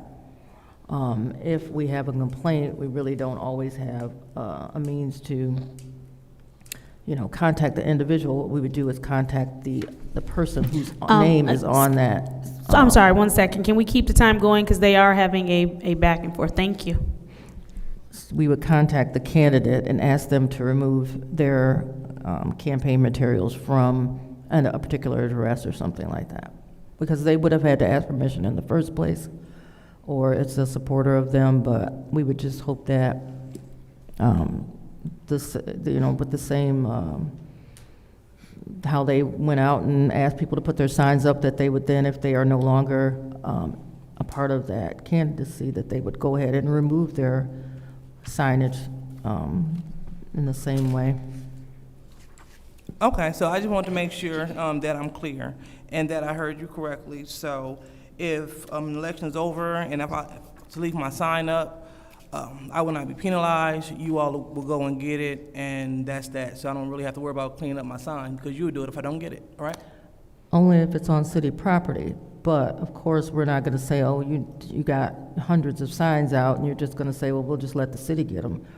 Because again, we can put them behind City Hall, but we could also just dispose of them. Honestly, we're being reasonable and fair to say, here's your property, you can come and get it. But we're talking about 1 or 2 signs is usually the issue. I would hope that a candidate wouldn't just say, you know what, I didn't make it, I'm just gonna leave all my stuff behind. We're talking about on city property, And again, if this passes, it shouldn't even be on city property. But we would hope that people would remove their own signs without having to be told, but that person is going to be responsible.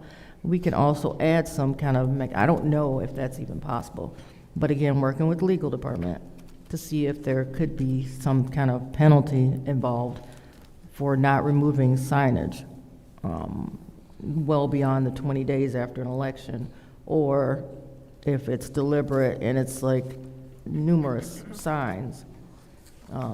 That's something that we could discuss with the legal department. Okay, thank you, Madam Chair. Yeah. Thank you. Is there anyone else who wishes to speak in the second round of discussion? Madam Chair. Councilman in the 8th Ward. Madam Chair, through you to the clerk. Madam Clerk, I'm confused. So you're saying that even if this passes, we're going to allow somebody to put a sign on city property and you're not going to touch it for 20 days? It shouldn't be there. No, I'm sorry, misspoke. If it's on city property, we're going to remove it. If this passes, it can't be on city property. We would immediately remove that, as we know about it. So what signs are you going to remove after 20 days if you're not going to go onto private property? That would be, we would ask the candidate to remove their signs off of private property. We're not going to remove the signs. But if there's no penalty, then we're just going to say you have to remove your signs, but if you don't, We okay. would reach out to the candidate. What we've been doing now is we've been kind of changing everything that we're doing as far as candidacy goes. So right now, people are picking up packets with their petitions. When they return them and they fill out their affidavit of identity, and technically that's the start of becoming a candidate, we would have information that says this is something that's expected of you so that you understand and know. But like I said, beyond that, without working with the legal department to say if that's even something that we can do, enforce some kind of penalty, I don't know what it would be.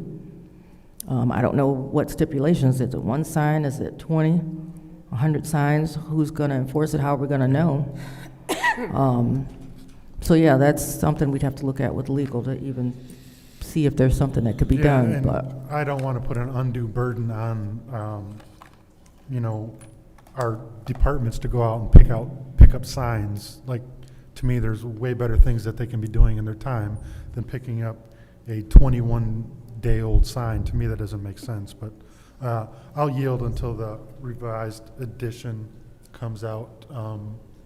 If there's no other person, then I'll make the motion. Go ahead. Madam Chair, I make the motion to postpone indefinitely.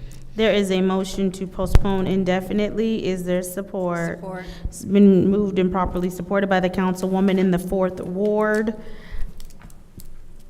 This is the roll call vote to postpone indefinitely, Resolution 260006, Code Amendment Ordinance, Chapter 50, Zoning Sign Regulation, Political Signs. Roll call, Madam Clerk. Ms. Johnson? Yes. Ms. Priestley? Yes. Ms. Winfrey Carter? Yes. Ms. Burns? Yes. Ms. Mashat? Yes. Mr. Pfeiffer? Yes. Mr. Jarrett? Yes. Mr. O'Alvin? Yes. Dr. Lewis? Yes. The vote is 9 yes, 0 no. The vote is 9 yes, 0 no. That resolution has been postponed indefinitely. Motion to adjourn. There's a motion to adjourn by the councilwoman in the 4th Ward, supported by the councilman in the 8th Ward. Roll call, Madam Clerk. Ms. Priestley? Yes. Ms. Winfrey Carter? Yes. Ms. Burns? Yes. Ms. Mashat? Yes. Mr. Pfeiffer? Yes. Mr. Jarrett? Yes. Mr. O'Alvin?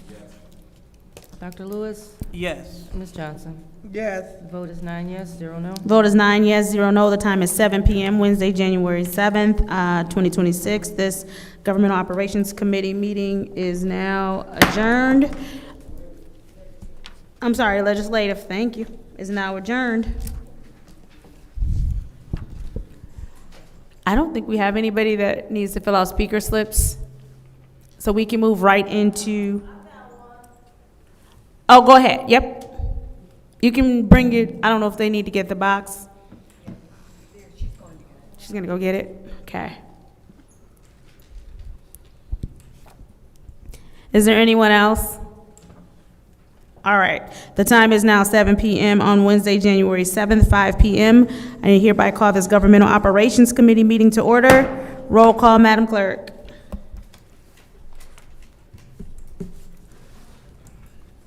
Mr. Alamin is not in. Dr. Lewis? Yeah, present. Ms. Johnson? Present. Ms. Priestley? Present. Ms. Winfrey Carter? Present. Ms. Burns? Present.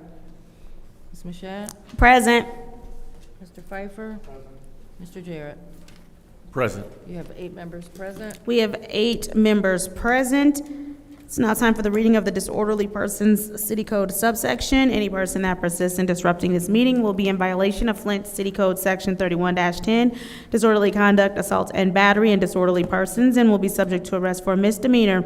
Any person who presents the peaceful and orderly conduct of any meeting will be given 1 warning. If they persist in disrupting the meeting, that individual will be subject to arrest. Violators will be removed from the meetings. Are there any requests for agendas, changes and/or additions? Okay, seeing as how there are no requests, I see we have a couple of discussion items. Oh, we don't need to anyway. I was just looking, I thought it was something else. Okay. All right, and there are no requests for agendas or changes, so public comment. It is now time for public comment.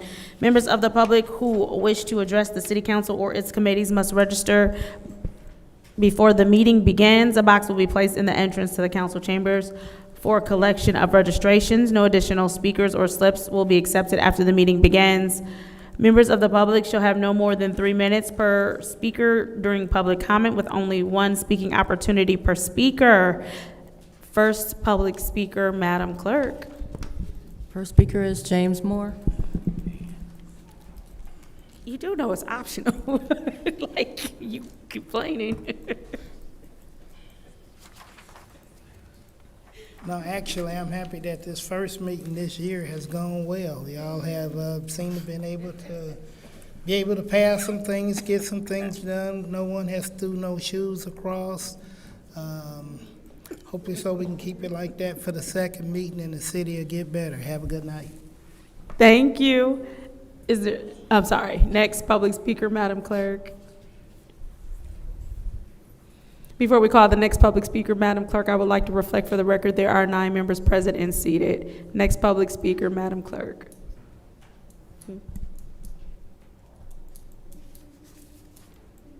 Next speaker is Sarah Houston.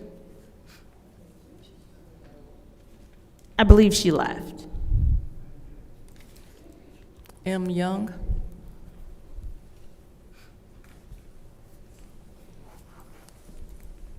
Good evening, one more time. So thank you guys. Thank you, every one of you, all 9. Very professional today. I'm proud of you. I knew you could do it. Let's keep doing that in 2026. The collaboration that you guys are having today is very good. I appreciate it. I do have a couple more issues or concerns. We are here, I don't know, how long ago was this remodeled? It was remodeled like 2 years ago, I think, the whole interior. Do we not have the capability to put things on the monitor? You know, if somebody has something to present where we can see it on the monitors? If not, is that something that we can look into? People would like to present things and ideas to you guys sometime and allow the public to see it at the same time that you guys are seeing it. It's just a better form of communication. Let's keep up with the times. Other cities are doing the same thing. Second thing, Sarah Houston left, so I want to also say, let's learn to be inclusive. If you were in those shoes, you would want to be able to hear what's being said about the dollars that you send in every paycheck. I worked with the hearing impaired, and we had a safety issue. He worked outside, and we had a tornado happen, and he didn't hear the siren. And there's nothing you can do. He's out there by himself. He worked by himself out there. There was, nothing we could do at the time, but we came up with a solution. We bought him and others phones that would vibrate for him, and then we could text them back and forth or what have you. So we did something to help him. That's all she's asking you to do, is help the hearing impaired population be able to communicate and listen to what's going on in their city. Help her out. Even getting someone right now until you can get the funds available, we have people that are learning interpretation. Maybe this would be a great way for them to do their work study, what have you. They may not be perfect at it, but let's try something. It's taking too long. What if they show up? They're right down the street. What if a group of them show up? You got to be ready. Thank you again for being professional, and I appreciate the time. Thank you. Next public speaker, Madam Clerk.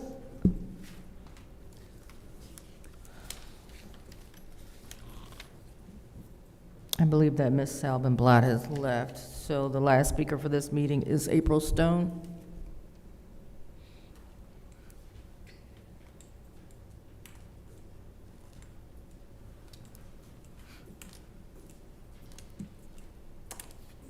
Good evening. I wanted to speak about a lot of things, but how long I got? 3 minutes. Can you bring your mic to your mouth? I think I'm broken. Okay, I'm looking here, I was talking and thinking about that Hamilton Avenue. I worked for Buick and I quit in '96. And when I hired in there was 3 levels under. I hired in the foundry, and the foreman had his Ku Klux Klan bylaws around on one of these things, on the podium. I've never seen so much hatred and prejudice stuff in my life. But the Flint City Hall, you could come down here, and you had somebody working. They had something for the people in this city. They had projects where you could go to learn stuff for the kids and learn dance and everything free. And then Buick and all these shops, they was working, running these plants tax-free. And people had to pay with the property taxes and the school taxes. We ain't got no schools. Why we paying taxes? They running this thing in Detroit, where if you ain't got no kids, you shouldn't have to pay for school taxes. We ain't got no public school but one, I don't think, in the city of Flint. And then we giving these people this land over here on Hamilton. Now, like I say, when I hired in there, and they had three levels of the city. I would be put down, go down in a manhole by myself, 2 levels, and they had storage tanks. They stored Army tanks, and made, back in the 50s and 60s, they could switch over to make Army weapons and everything. And they got levels under this city that run from Hamilton Street to Pearson Road. Ain't no telling where they done dug up now. But when they phased out the foundry, and we come back in there at 81, it was pristine and nice. It looked like something on TV. It was so clean. You could eat off the float almost. Now, I'm wondering what, all of a sudden, all these buildings and businesses popping up over there. And they coming down here getting money to open their businesses up. And then that go on the property taxes for the homeowners. Thank you. That's all. Dang. Madam Clerk, you said that was our final public speaker. That's right. Thank you. Seeing as how that was our last public speaker, it's now time for council response. Council members may respond once to all public speakers, only after all speakers have spoken. An individual council member's response shall be limited to 2 minutes. Is there anyone who wishes to speak during council's response? Madam Chair. Councilwoman in the 6th Ward. I do want to speak to Michelle Young because the community has been asking. We do need an update through you to the city clerk on the residency issues. There was a resolution for people where they reside, and there was supposed to be an investigation. I believe the investigation was going to be sparked with all 9 wards. There was only one that my colleagues voted for, which stated they wanted to know where I live, which I had no problem. And so I voted for myself, but we need to get an update on where that investigation is, who lives in what ward, multiple addresses if you live in wherever you live. And I know you can't live on the same street as me and be in the ward. You just can't. So that needs to be updated. And I want the public to know, because when you were asking, Michelle, there is 26 pages Mr. Arthur Woodson did turn in. Michigan State Police has it. The city attorney has it. The city clerk has it. The Genesee County Sheriff has it. I think he turned it into the State Board of Elections has it. He sent it to the governor, he sent it to the Secretary of State. So every agency, and now I believe Chief Green has it for an investigation. So the residency, we are required to live in our wards, and it's very clear, not to be living, someplace else and, your paperwork. And so we did ask for and voted to have an investigation, and I believe it was supposed to be spiraled into everyone being checked to make sure. So I will request, Madam Clerk, for you to do a referral to update us on residency for the council members so that we can be transparent with the public. Thank you. Thank you. Is there anyone else who wishes to speak during council response? Seeing as how there's no one else who wishes to speak during council response, I'll take some time. I think, Madam Clerk, correct me if I'm wrong, that resolution, it didn't end up being all 9 members, correct? I think it was just Ms. Burns. You asking us to further investigate you? Because I think you're the only one on the resolution. It was a resolution about. Correct. The resolution only ended up being Ms. Burns, correct? That's correct. I mean, I have no qualms if she wants to push for an investigation on herself. No, I approve that. That's I'll tell you. No, it was literally just you, remember? That's not the conversation that I had afterwards. So. No, I know, but you mentioned the resolution. Yeah, that was part of it. Okay. The other one was, I mean, but that's up to you if you want to push forward on an investigation for the resolution. We voted on it. Okay. Yeah. But not just mine, because there was also one that was submitted to the city clerk. There was an investigation that was submitted for Mr. El Alamin that Arthur Woodson submitted to. No, I know. I can't speak to that because I don't know anything about that. I was just speaking to, you said the resolution we voted on. Remember, it was just you. Yeah, so if you want to push forward for that, that's cool. I voted on it, absolutely. Okay. All right, so then I guess that settles that. We can move on to, I'm yielding my time. We can move on to the consent agenda. What's the pleasure of the body? Madam Clerk, or Madam Chair, motion to send to council. Is a motion to send the consent agenda to council. Is there support? It's been moved and properly supported by the councilman in the 1st Ward. Are there separations? Seeing as how there are no separations, this is the roll call vote to send the entire consent agenda to council. Roll call, Madam Clerk. What? Mr. Alamin? Dr. Lewis? Yes. Ms. Johnson? Yes. Ms. Priestley? Yes. Ms. Winfrey Carter? Yes. Ms. Burns? Yes. Ms. Mashat? Yes. Mr. Pfeiffer? Yes. Mr. Jarrett? Yes. The vote is 9 yes, 0 no. The vote is 9 yes, 0 no. The entire consent agenda will go to council. It is now time for our special order discussion items. There is a discussion item, public hearing, removal from the appointment of Ethics and Accountability Board. A discussion item is requested by Council President Lewis concerning the possibility of holding a public hearing for the removal of Brian Larkin from the Ethics and Accountability Board. I will turn this over to Councilwoman Lewis to discuss the removal of Brian Larkin as ordered by her. All right, thank you, Madam Chair. So on September the 30th, 2025, we received a letter from the President of the Ethics and Accountability Board, and they were asking to remove 2 members due to their lack of participation, resulting from the extended absence issues. And one of the people already resigned, and the last person is Mr. Brian Larkin, who is the mayor's appointee. And this stated that Mr. Larkin has not attended a meeting of the Ethics and Accountability Board since February 11, 2025, so that'll make it almost a year. And in the letter states that his removal will create an opportunity for the mayor to appoint a new member who will faithfully fulfill the duties of this position. According to this letter, their prolonged absences have hindered the board's ability to achieve quorum and fulfill its oversight responsibilities as maintained by the city charter.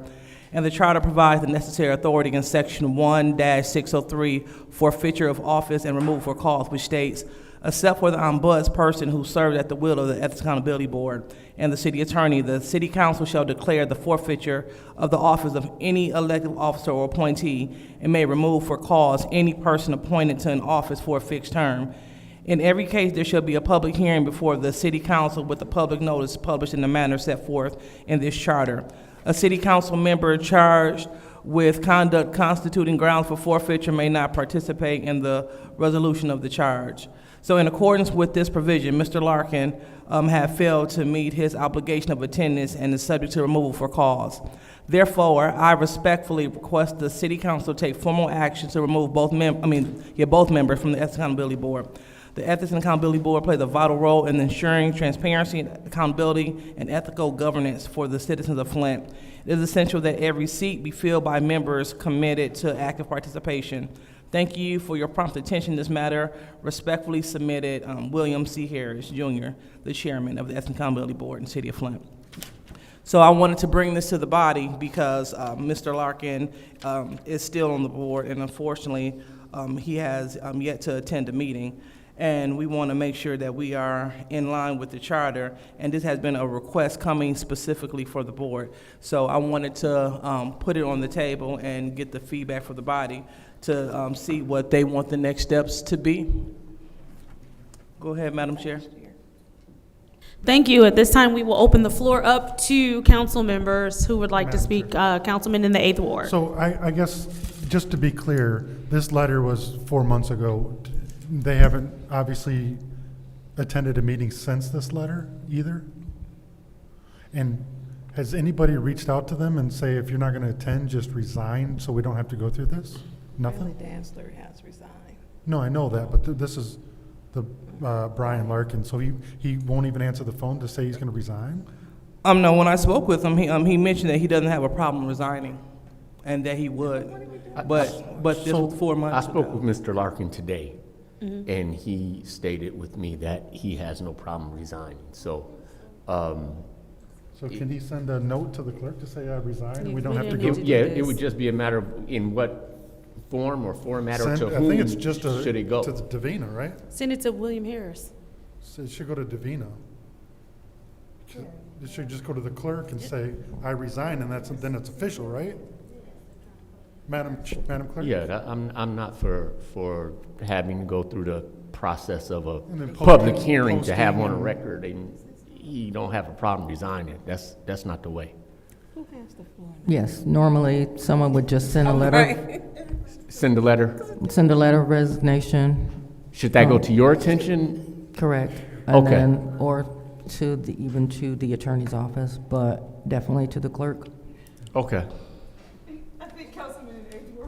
Yeah, Dennis. No, that's fine. I just want to make sure that we don't have to go through this.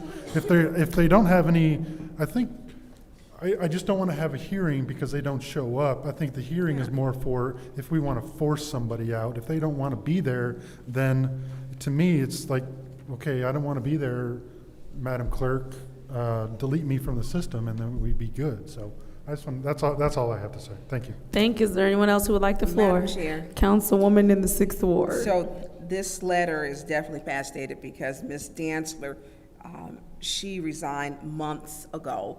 And to bring it up at this time, to me, this was just not, I think we're all, majority of us are baffled by this. This just isn't, I've worked with Brian Larkin, and I don't think he would be unreasonable to say, hey, I'm not going to do it, but I don't think asking or requesting for a public hearing was the proper way to go about this when this is an unpaid volunteer board to be on. And it's almost like a form of humiliation. We don't need a public hearing if he's the mayor's appointment, and Mr. Larkin is reasonable. I don't see him having a problem with resign. This is unnecessary, and it's unnecessary, and it's unfortunate because his name is being put on the record as if he is derelict in the duty when I don't have a person right now. Matter of fact, I don't think many of us do. You know, I think at least 6 of us don't, and I think Mr. King turned in his resignation. So technically, that's going to be the board 9, 8, 7. You do have one person? Oh, you do have, okay, that's right, William Billy is yours. Listen, it gets rough on that board. So when we look at this and trying to find someone, this was just not to put him for a public meeting for removal, when I know there are other boards, we should have put people before boards for public hearing or removal. This was not the proper way. He has served this community for many years and served the last 2 or 3 administrations where he served.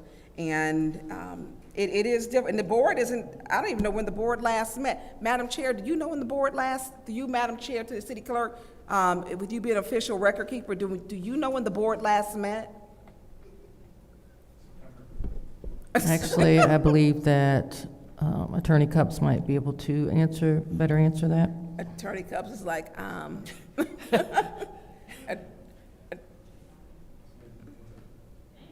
maybe when?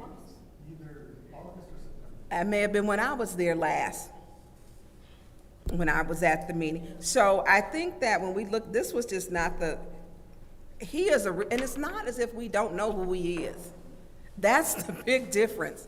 Hey, Mr. Larkin, you don't want to be on the board anymore? We need you to submit that in writing. And that's just a courtesy. And I don't think he will have wanted his name on our agenda at all. That is very distasteful to have him on our agenda for removal of a board. This is just that, I'm in disagreement with that. But Mr. Jarrett, you said you spoke with him. He's going to, I believe he's in your board. And so, even though he's the mayor's appointment.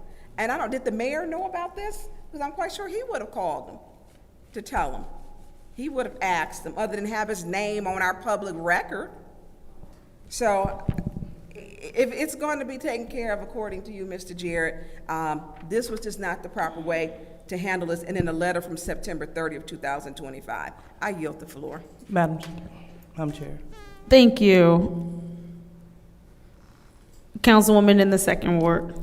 Thank you. So this is definitely not an attempt to besmirch anyone's reputation or credibility. One thing about this body, we should not have respect of person, and our job is to do the duty of the city.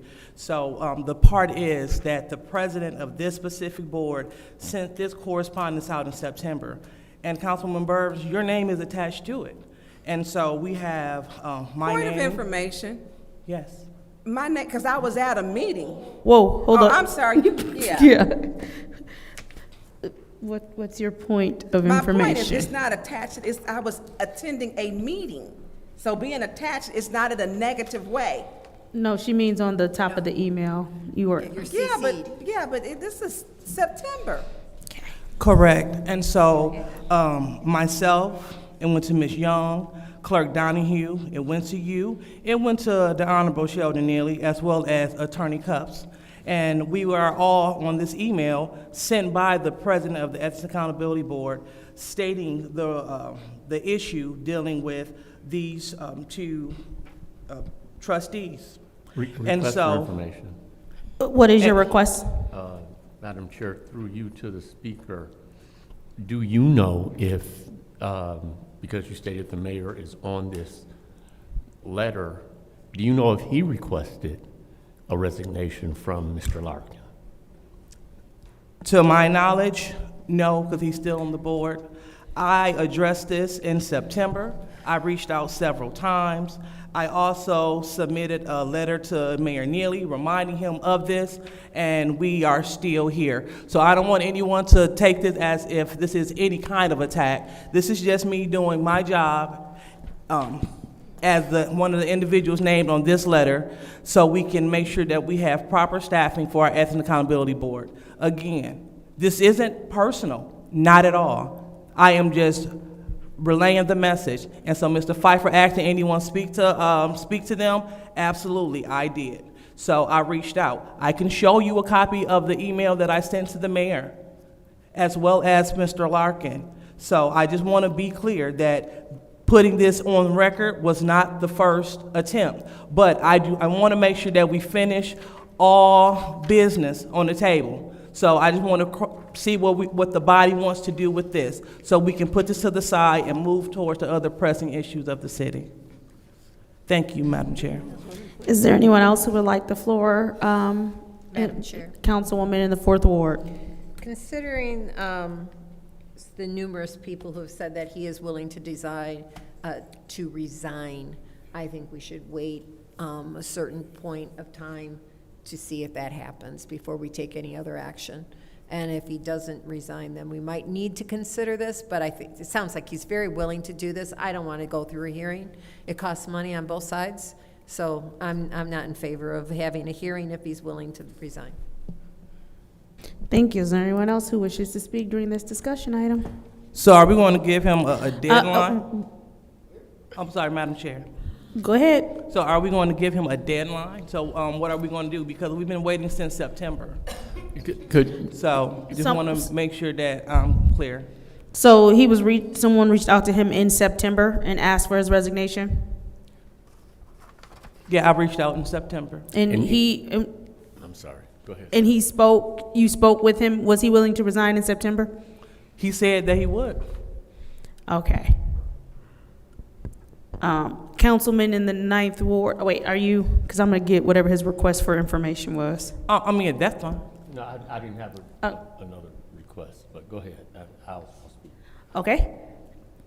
Yeah, so Madam Chair, so shall we set a deadline of February 1st? No.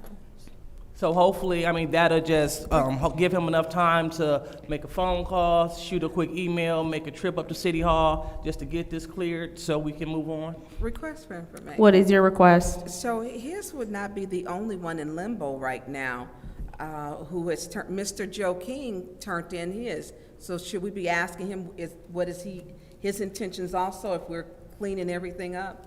Mr. Joe King he turned in his too. No, he pulled it back though. So what's his status? I don't have any knowledge of Mr. King submitting any kind of resignation. I just know specifically that the chair of the EAB board sent this, and this is all I know. So if he sent this communication requesting Mr. King, I'll be totally for it. But it sounds like Mr. King is, per you, that he doesn't have a problem submitting his letter recommendation. He hasn't submitted his. So shall we make it like a February the 1st deadline to give him time? So before we do that, Councilman in the 9th Ward, go ahead. I agree with what I believe the councilwoman in the 6th Ward said, that already to show on a resolution or as a discussion item, to have your name on an agenda to talk about a public hearing for this board or any board where you're volunteering on, where between the council president, between the mayor, between the chair of the board itself,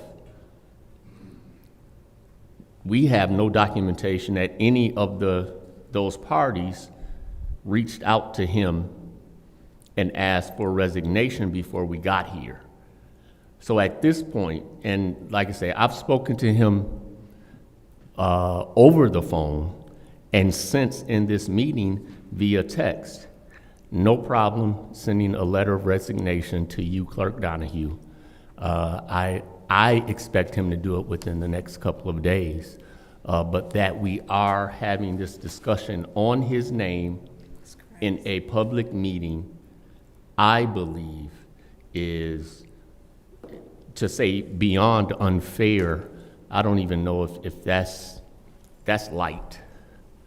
I think there was a different way. I think that there was a better way. And I think that there are those that are listed in this communication that we received a copy of from back in September. Wait, hold one moment, so you can get your, go ahead, thank you. To make a motion to add 5 minutes discussion time. Is there support? Support. Is moved and properly supported. Roll call, Madam Clerk, to add 5 minutes of discussion. That motion was made by the councilwoman in the 4th Ward and supported by the councilwoman in the 6th Ward. Dr. Lewis? Yes. Ms. Johnson? Yes. Ms. Priestley? Yes. Ms. Winfrey Carter? Yes. Ms. Burns? Yes. Ms. Mashat? Yes. Mr. Pfeiffer? Yes. Mr. Jarrett? Yes. Mr. Alamin is not in. The vote is 8 yes, 0 no. The vote is 8 yes, 0 no. We will add another 5 minutes of discussion. Councilman in the 9th Ward, please continue. I am in favor of time for resolution. What I would add to building in a number of days or weeks is from one of the parties to whom Mr. Harris sent his communication, that we have documentation to support that hereafter, after today's meeting, there is communication with Mr. Larkin in request of the resignation of this Ethics and Accountability Board. And not to put it on a, maybe he got a text message from Councilman Jarrett, or maybe he listened to the meeting tonight, or maybe somebody called him and said, I heard your name talked about at the meeting, but there's a direct communication with him with regard to this that has set stale for upwards of 3 months here now, October, November, December, and to go back into, to understand what's in this letter that goes back to February of 25. That, it feels like a lot of foot drag, and then all of a sudden now we want to bring it to a public forum, and I'm not in agreement with that. I yield. Thank you. Is there anyone else who wishes to speak? Councilwoman Burns. I'm not putting a deadline on it. Not when I know there's problems with that housing commission and they've sent letters and requesting and other things. I will not give a deadline. He's professional enough to where he will respond, and I'm not doing that. And we shouldn't even be bringing his name up. We have more pressing issues than him being on the board, that, because he has not, I'm just, no. So I'm not putting a deadline. I'm not giving him 30 days, 90 days. I don't even know if they have enough people to even meet on the board. And so, we talk, and we can't, it's difficult to get people to want to be on the board. This letter is back in September. So it's unfortunate. and we can't take back that he's now on our public record. I don't like that. I do not. So he's going to take care of it. Brian is a very on-time person. He will take care of it. I've worked with him. I respect his work, and I know he will take care of it. And it will probably be done tonight. Because one thing he won't do is he's worked with this community is allow his name to be put on some nonsense that's happening on our city council. So I yield the floor. Thank you. Is there anyone else who wishes to speak to this discussion item? All right, seeing as how there's no one else who wishes to speak to this discussion item, we'll go ahead and close that one out. Moving on to the next discussion item, which is a discussion item about asbestos and mold testing in the Flint Police Department. A discussion item as requested by Council President Lewis for a discussion regarding asbestos and mold testing within the Flint Police Department. Councilwoman Lewis, I'll turn the floor over to you. All right, thank you so much, Madam Chair. So through you to Mr. Edwards, please. Or Lee, excuse me, thank you. All righty. Thank you for joining us at the front.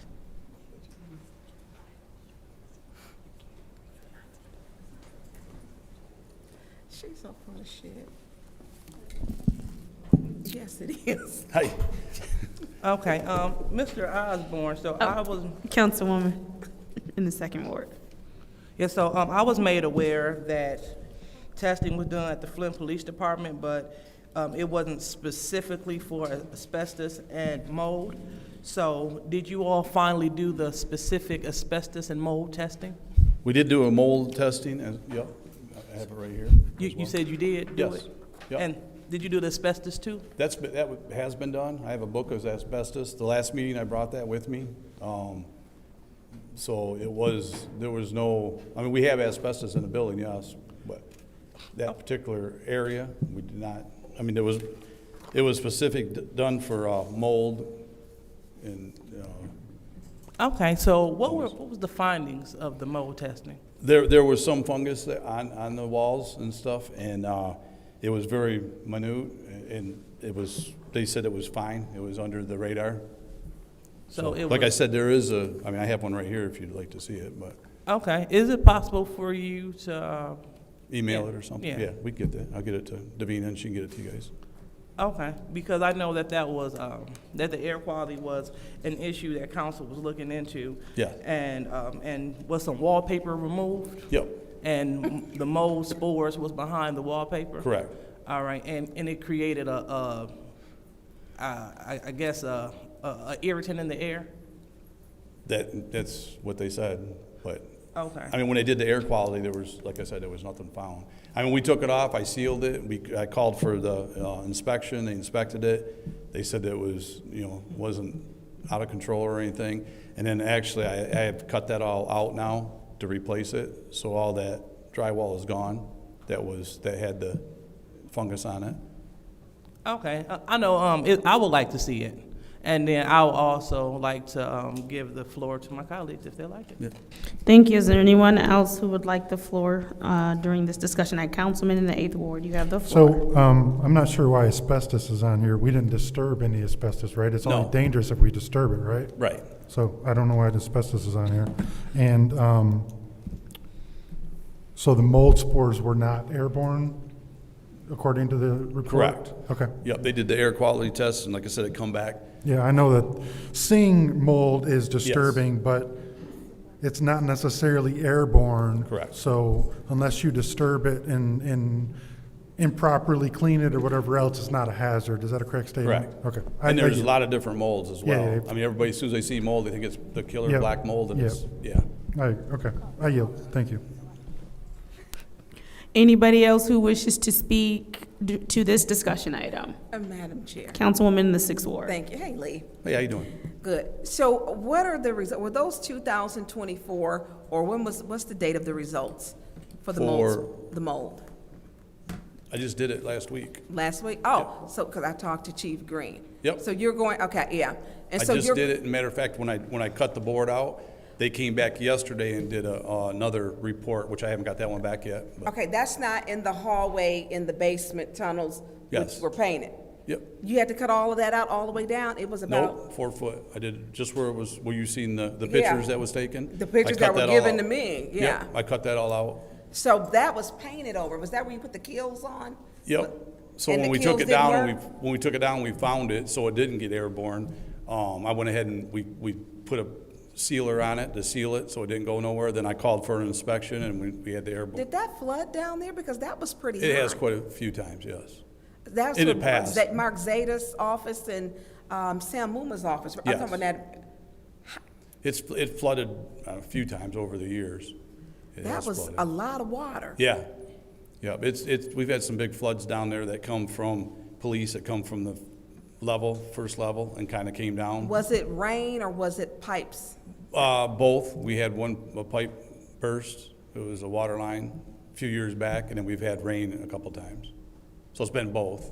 Okay, and so you're going to send us a copy of those. Absolutely. I appreciate that. Yep. Because when that was brought to my attention, I spoke with you and I spoke to Chief Green. I am the one who put the resolution up Yep. to make sure that we test, because I want to make sure that as our police officers are out there working, that they can at least come to a safe and clean environment and healthy environment where you can breathe the air.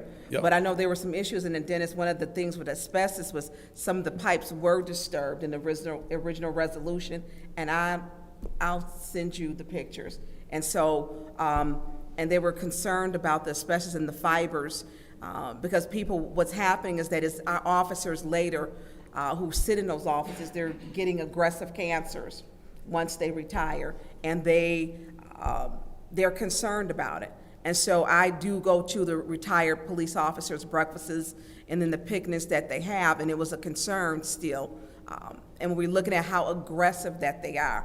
And literally, you can see the asbestos pipes were disturbed. The asbestos was disturbed in those pipes. But That you was- stated you. That was from a long time ago. That was a long time, so Yep. that has been repaired since then? That has not. We are. It has not? No.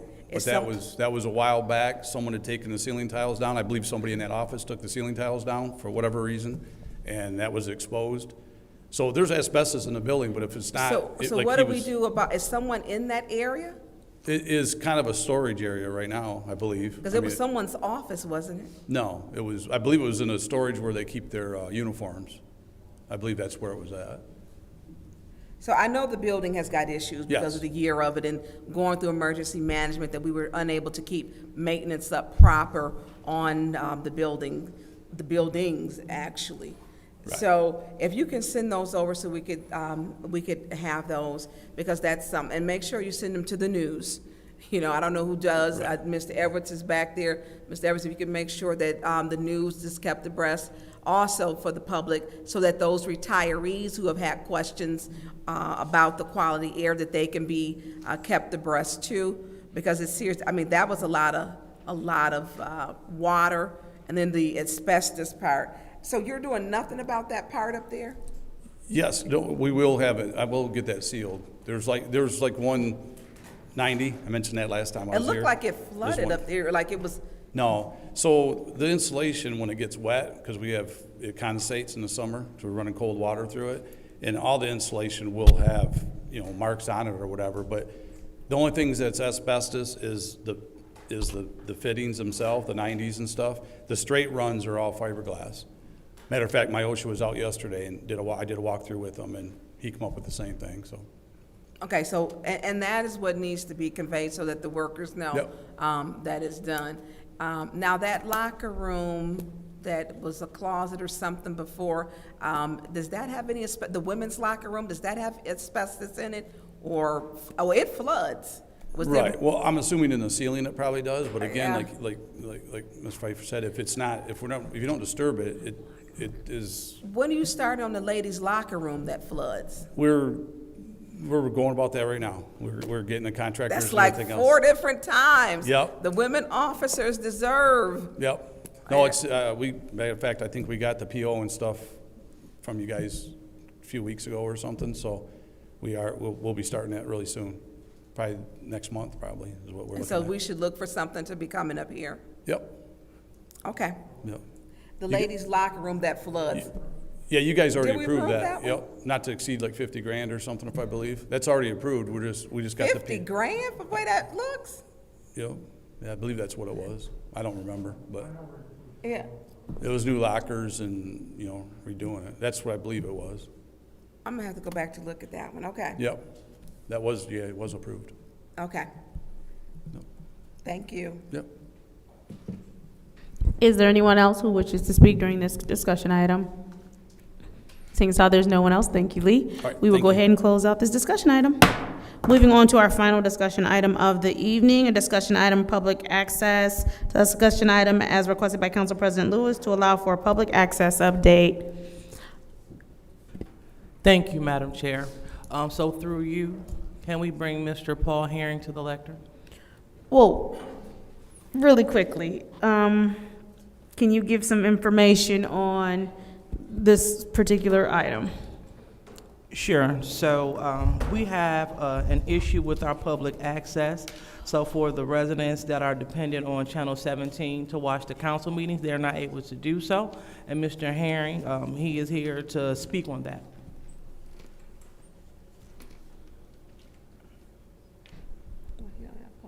Okay. All right. So through you, Madam Chair, to Mr. Herring, could you please approach the lectern? Good evening, Council.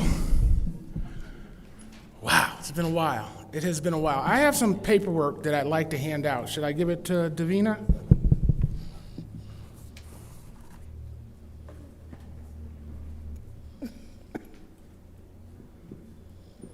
So a quick story. As I was printing those out this morning, I ran out of ink, and I ran over to Office Depot to get the additional copies. And the woman told me it was going to be $120 to have the color copies made for you guys. So I decided not to do that. You guys got the $20 copies, and they're black and white, and we should be able to deal with this toot sweet. So I've got more than enough time to do what I need to do. So I want to bless you with 3-4 minutes of my time to review the package you just got. I know that when it comes in the email, you might brush it off and because you just don't have time. But I'm going to gift you my time to go through it, and then I'll explain a little more detail and a little more history. For those of you who don't know me, my name is Paul Herring. I operate Spectacle Productions, which has a management contract for public access. I think as we talk about transparency, if you neglect public access, you neglect transparency. Right now, the only place these meetings are being seen is on YouTube. Only 30% of the city of Flint is online.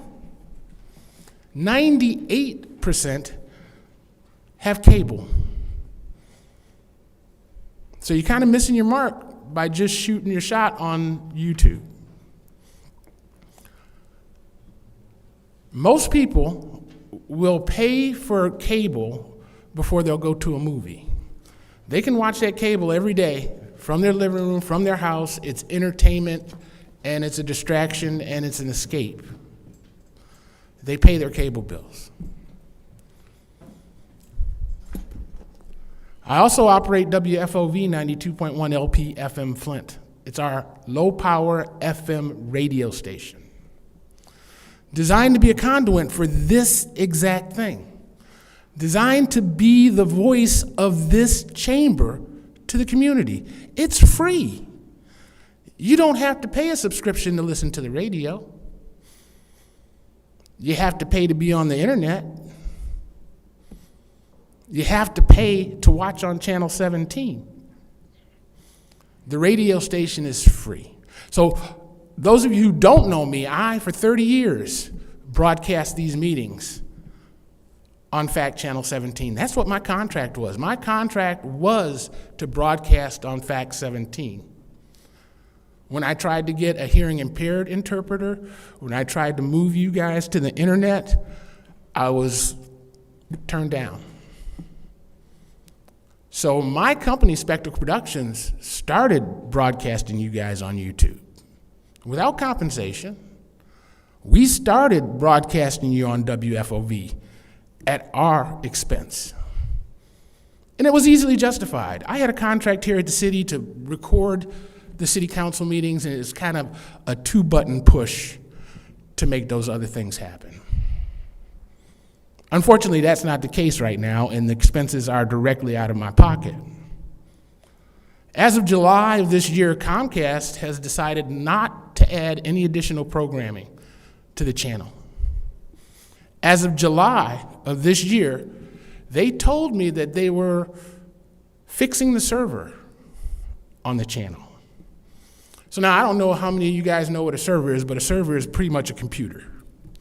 It takes all of 20, 30, 45 minutes to change a server. It could take a day, 2 days, a week to upload to it. But July. I've checked in occasionally, said, what's the status? And he says, it's not a seamless process, Paul, we're working on it. But rest assured, ESPN would not go down since July for a server change. Madam Chair?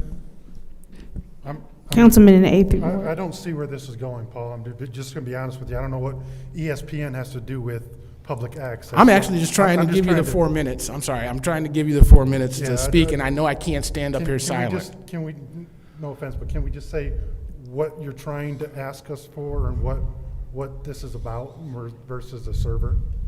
I certainly can. Thank you. But actually, the server is the big part of it. That is the story they're telling me. They're telling me that they cannot play any of the programming that I present to them because they're changing the server. And I'm trying to explain that changing a server is not a big deal. So if I'm hearing you correctly, you're saying that since July, and it is now January, they have not been adding new content to their channel, and that city council meetings, which are supposed to run on the public access channel, has not been running on the public access channel?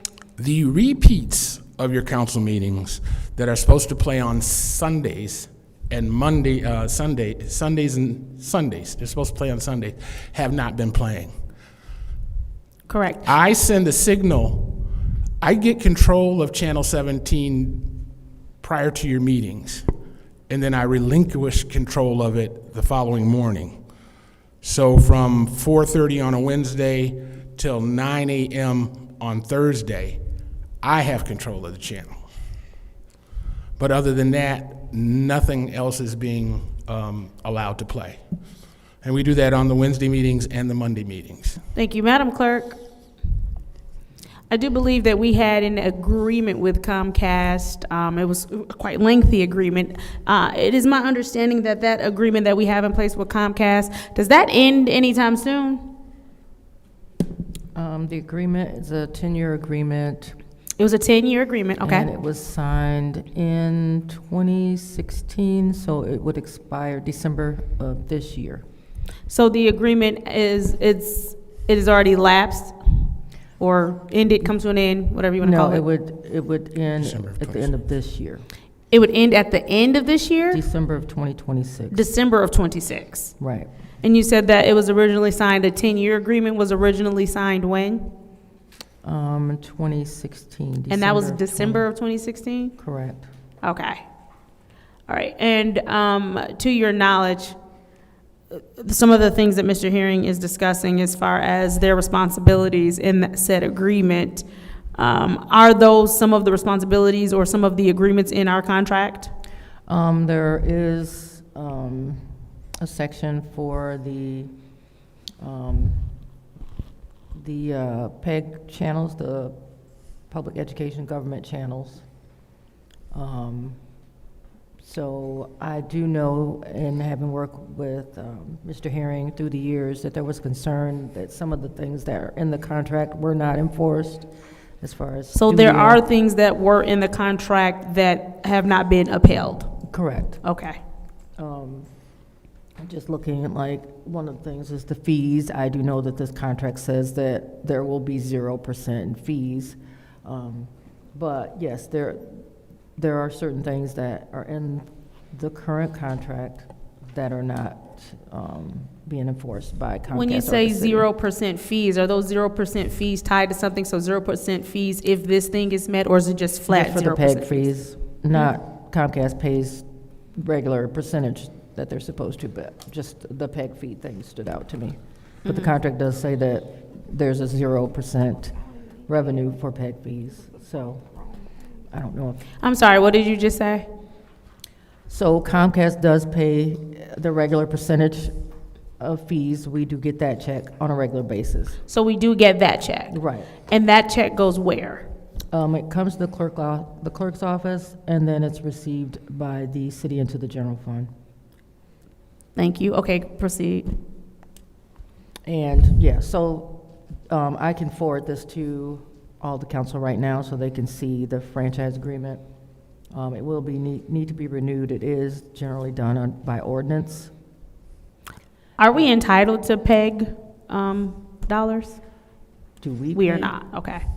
They pay the city. Okay. So, but it is a contract that'll have to be redone because it is going up, but it is generally usually for 10 years. Okay. And I do know that there is another. Because I do know that provider. other communities do use PEG dollars that they get from Comcast, and what they do is build some sort of communications department or something within the school, so that a media department, so they can do like newsrooms and teach their youth how to go into being professional reporters or journalists or whatever they're going to do. But So I this- do know that other The last people. contract does say 0% for Okay. revenues for that. But it's, it would come before the council again as an ordinance. You said it will come before us as an ordinance? That's correct. And you That's said the standard is 10 years? Has there ever been a time where it wasn't 10 years? 10 years is a very long just time. me going back. I just know it's usually a 10-year thing. It's the administration signs off on it, but it does come before the council as an ordinance because It is- comes before council, and so I'm assuming that 10-year, because some of the stuff that you are saying is interesting, that we somehow settled for not having PEG fees, or, we just get like a flat rate check that just comes and we put it in the general fund. I think that as it comes back around, we should probably be more conscientious and just a little bit more Flint forward as we're negotiating our next contract. And, yes, and I do believe there's another provider within the city, so it's not just Comcast. So, definitely something that legal would have to look at, but it's probably something that needs to start to look at now because, it will end at the end of this. It's not like an auto renew though. It's not, nowhere in the contract does it say, so if we fail to negotiate, or if we don't respond, or if we don't bring a new contract, that they automatically get another 10 years or just renews for next year, or, it's nothing like that, correct? Not in this contract, but the laws that govern this, there are some stipulations. So it is something that would. The laws that govern, are those local laws, state laws? Whose laws are those? That would be state law. That would be state law? Is there any way we can get a copy of that law as well? When you send that other information, can you send that as well? Correct, I will. And Attorney Cups, we would also like to just kind of have something from you with like an interpretation of that state law, what that means, and how we can move as a council to ensure that we're not just doing automatic rollover of 10 years of something, that we should probably be a little bit more Flint forward again on how it looks for us. That's exactly the point I wanted to be making. I was getting around to it. And so, Mr. Herring, we do have like 1 minute left, and I'm sorry, I will vote to extend the time so my colleagues can speak as well. But can you just give us a concise, you are bringing this to our attention that a server's been down since July, no new content has been added, and that, go ahead. The contract is coming up in December, and it is critical and crucial that we let this contract expire. Due to an agreement that was made with Comcast, we have lost all abilities to sue, challenge, or do anything. This agreement was so horrible. It gave up almost $30 million for a $56,000 settlement. Right. Well, And it took our ability away to sue them for anything other than them stopping us from having access to the channel. Right. So we do, which sounds like something like that may be happening. What we will do is, with this information you've provided, we'll also get this to our attorneys. I don't know if we necessarily want to use the word "let it expire" because there's some state law where they might have some Let me use my standing. 58 seconds to Have at say that the last contract was sent to us and went into effect whether we signed it or not. Right, It's and we- important for you guys to know that nobody here has a 10-year cell phone contract. Right. Nobody. The landscape for television is totally changing. If we don't negotiate for broadband fees and modems, we're out of it. That $900,000 that you guys count on now will go away. So I wanted to let you know where I am now. I'll keep communicating with Comcast, and we'll keep trying to figure out a way to solve it. But I didn't want to wait till September to come before you. As a matter of fact, you're going to see me probably another dozen times. Because this is important. This is how your community gets this information, via me. Right, well, what we don't want to do, because I know you said use the word "expire," that's what we're going to turn over to our attorneys, because again, state law might give them some standing, so we want to make sure that we're doing what we should need to See do. if expiration is the best option. We I do- know renewing isn't. Real quick, Mr. Herring, we do need to put a motion on the floor for more time in order to continue this discussion item. Thank you. Councilwoman in the 4th Ward. Make a motion to add 5 minutes? Let's do 10 so we can 10, I round was it up. thinking 10. Okay. 10 more minutes to the discussion time. It's been moved by the councilwoman in the 4th Ward to add 10 more minutes to the discussion item, supported by the councilman in the 1st Ward. Roll call, Madam Clerk.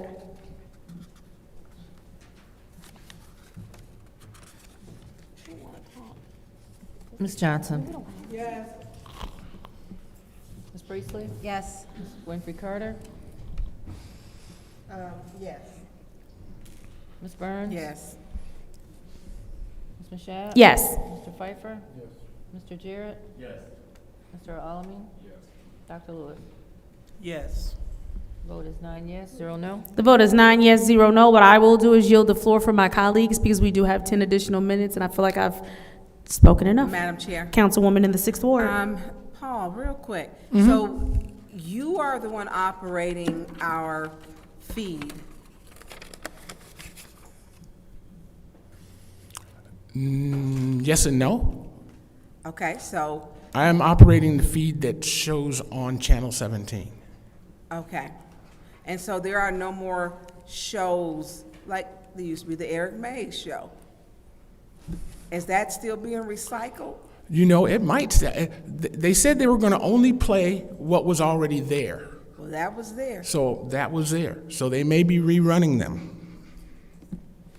Okay. Okay. That's my, thank you. No problem. So there, Is there anyone else who would Madam like the Chair. floor? Councilman in the 9th Ward. Thank you. Good evening, sir. Thank you. So, if I understand, you're currently still having production on YouTube. Is that correct? Correct. Yep. Okay. And for the YouTube feed, you're currently using cameras that are set in the room. Correct. All right. System that I designed. Pardon me? The system that I designed. Okay. Yeah. Now, related but not directly to the Comcast portion, and I think you've been here all night, so you've sort of heard us talking about having conversation around interpreters. Yes. And potentially having them or looking to add them in some way. How do you envision being able to accommodate that? It's brilliant. I mean, I liked what the woman said about using the interns at the Michigan School for the Deaf. I mean for capturing it for video purposes. For capturing, I'd put her in an oval on the screen and here in the room. I'd let her do it from her bedroom or her living room. I wouldn't cost them the expense of coming down.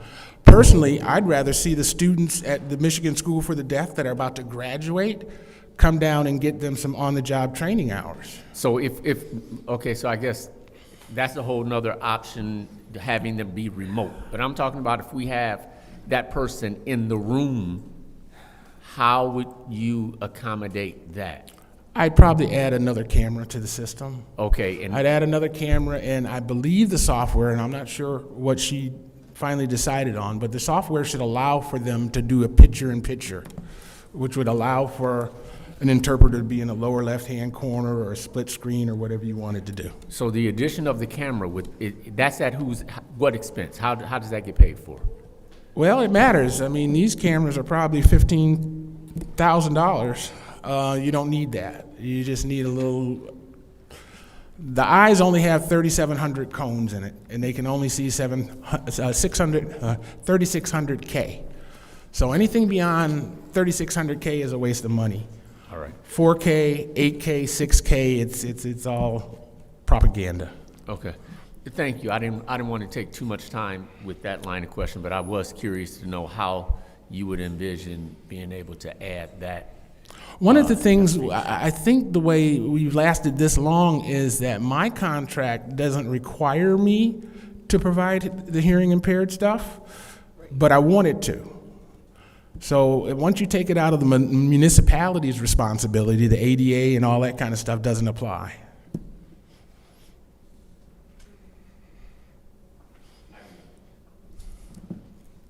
Madam Chair. Councilwoman in the 4th Ward. Just a quick question, Paul. You were talking about using Michigan's students from the Michigan School for the Deaf.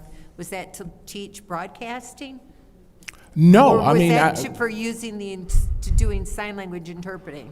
I would mind both. You can't, You know, I wouldn't mind both, but for the sign language, I'm thinking that, you know, if you're a junior and you're going into sign lanauge as a You're not profession, going to have that at Michigan School for the Deaf. they just teach the deaf students. They teach the deaf students. You'd It's get that, Gallaudet. It's Gallaudet out of And Washington. you also have to, because it's a legal proceedings type, you have to have certain level of qualifications. The that government you has test to. out. You guys do, but I don't. I can hire anybody to do it. You want to make sure that that. I want to make sure. I want to make sure that Paul, they're getting Paul, opportunity. Yeah. You want to make sure that whoever does the interpreting is very competent at their job, because that's why there are so many levels and qualifications of interpreters across the state and across the country. Yeah, I would hope that it would be a Where the course, board and they wouldn't be by themselves, that they'd have their teacher or their supervisor or whatever it was necessary to make this a OJT. So I just wanted to let you know that interpreters, you're not going to find them at Michigan School for the Deaf. I mean, the students will not be able to do that because they're there because they are deaf and hard of hearing. So they're not going to be able to interpret if they can't hear the full conversation. Understood. Thank you. Yeah. We're understood. Thank you. Is there anyone else who wishes to speak? Councilwoman in the 2nd Ward. Thank you. Mr. Herring, does Channel 17 have closed caption options? I don't know if they spoke to that. Comcast does not close caption to I can close caption my stuff and put the scrolls. I can take a transcript and superimpose it, or I can hire a third-party company. But I don't have those obligations, nor do I care to have that expense. Point of information. What is your point of information? Closed captioning is done by a third party. It's never done by the company. Incorrect. I mean, I can buy software that'll do closed captioning on my computer right now. Okay, thank you. So, because I remember that the sign language interpreter, I think they were saying like it'd be like $160 per person a meeting. So how much would this software cost? The software companies are probably equal to that, but the software, the camera, and the camera maybe $1,000. So you said the camera would be $1,000? For you guys to do it, the camera $1,000. Okay, so we're talking about closed captioning for our meeting on Channel 17. You said the camera will cost $1,000? No, that's for a hearing interpreter. That's to have somebody here in front of the camera doing sign language. That camera would do that. Okay. If I were to do it from my studio right now, they could use their iPhone, and they could jack into the feed and be in the lower corner of the whole meeting from their living room. Oh, no, wait a minute. I'm talking about channel 17, right? This is 17. Okay. Yeah. And so what I'm saying is, like when you're watching the movie and they got the captions on it, so will they be able to go home and from their house, will they be able to look at closed captions of our meeting? No. So there's no way that we can make that happen? Yeah, real expensive. Real expensive to live closed caption. You're talking a couple $1,000s a meeting. A meeting? Especially when you go, you guys go 4 hours. Okay. All right, Yeah. thank you. Thank you. Thank you, Madam Chair. Is there anyone else who wishes to speak to this discussion item? Mr. Herring, finish this out if you would like. Yes. A couple things. We actually have 2 channels in the city of Flint. One was bequeathed to Mott College. So that's a problem. And then the other thing is we're supposed to have a 3rd channel that's supposed to just be dedicated to government operations. So the Public Service Commission meetings, ethics Who's and accountability. responsible for that third, like, where's that 3rd channel supposed to air? It's supposed to have been turned on for us, and it probably would have been 19. Is that in our agreement? It is not in, the 3rd channel was in the 20-year ago agreement. The one that we're working on now, it was totally wiped out of. So that other channel, I guess, is a contention, a bone of contention for us with Comcast. It should be ours. I need to reach out to Mott and find out what kind of experience they're having with their channel, because I don't know who's programming that right now. I do know that 10 years is a long time, guys. When you say bequeathed to Mott, what does that mean? Do you mean like it is their channel or we just allow them to use it? They're responsible for programming it. All right. They're responsible for programming it, but the last I knew, and this is maybe 5 or 6 years ago, they weren't. You know, we always do what we've always done. We'll always get what we've always gotten. Awesome. 20 seconds. If we want something we've never had before, we got to do something that we've never done before. You're currently in front of us because Channel 17 is important. All right. Thank you. Thank you. Motion to adjourn. I got to close off the discussion item, ma'am. No, you don't. I just motion to adjourn. All right. I am going to go ahead and close out that discussion item. Motion to adjourn. There's a motion to adjourn by the councilwoman in the 4th Ward. Is there support? Supported by the councilwoman in the 3rd Ward. Roll call, Madam Clerk.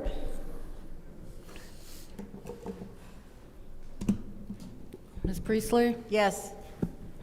Ms. Winfrey Carter is not in. Ms. Burns is not in. Ms. Mashat? Yes. Mr. Pfeiffer is not in. Mr. Jarrett? Yes. Mr. Alamin is not in. Dr. Lewis? Yes. Ms. Johnson? Yes. The vote is 5 yes, 0 no. The vote is 5 yes, 0 no. The time is now 8:13 p.m. on January 7th. I call our official first committee, our last committee meeting of today, to adjourned. Yeah.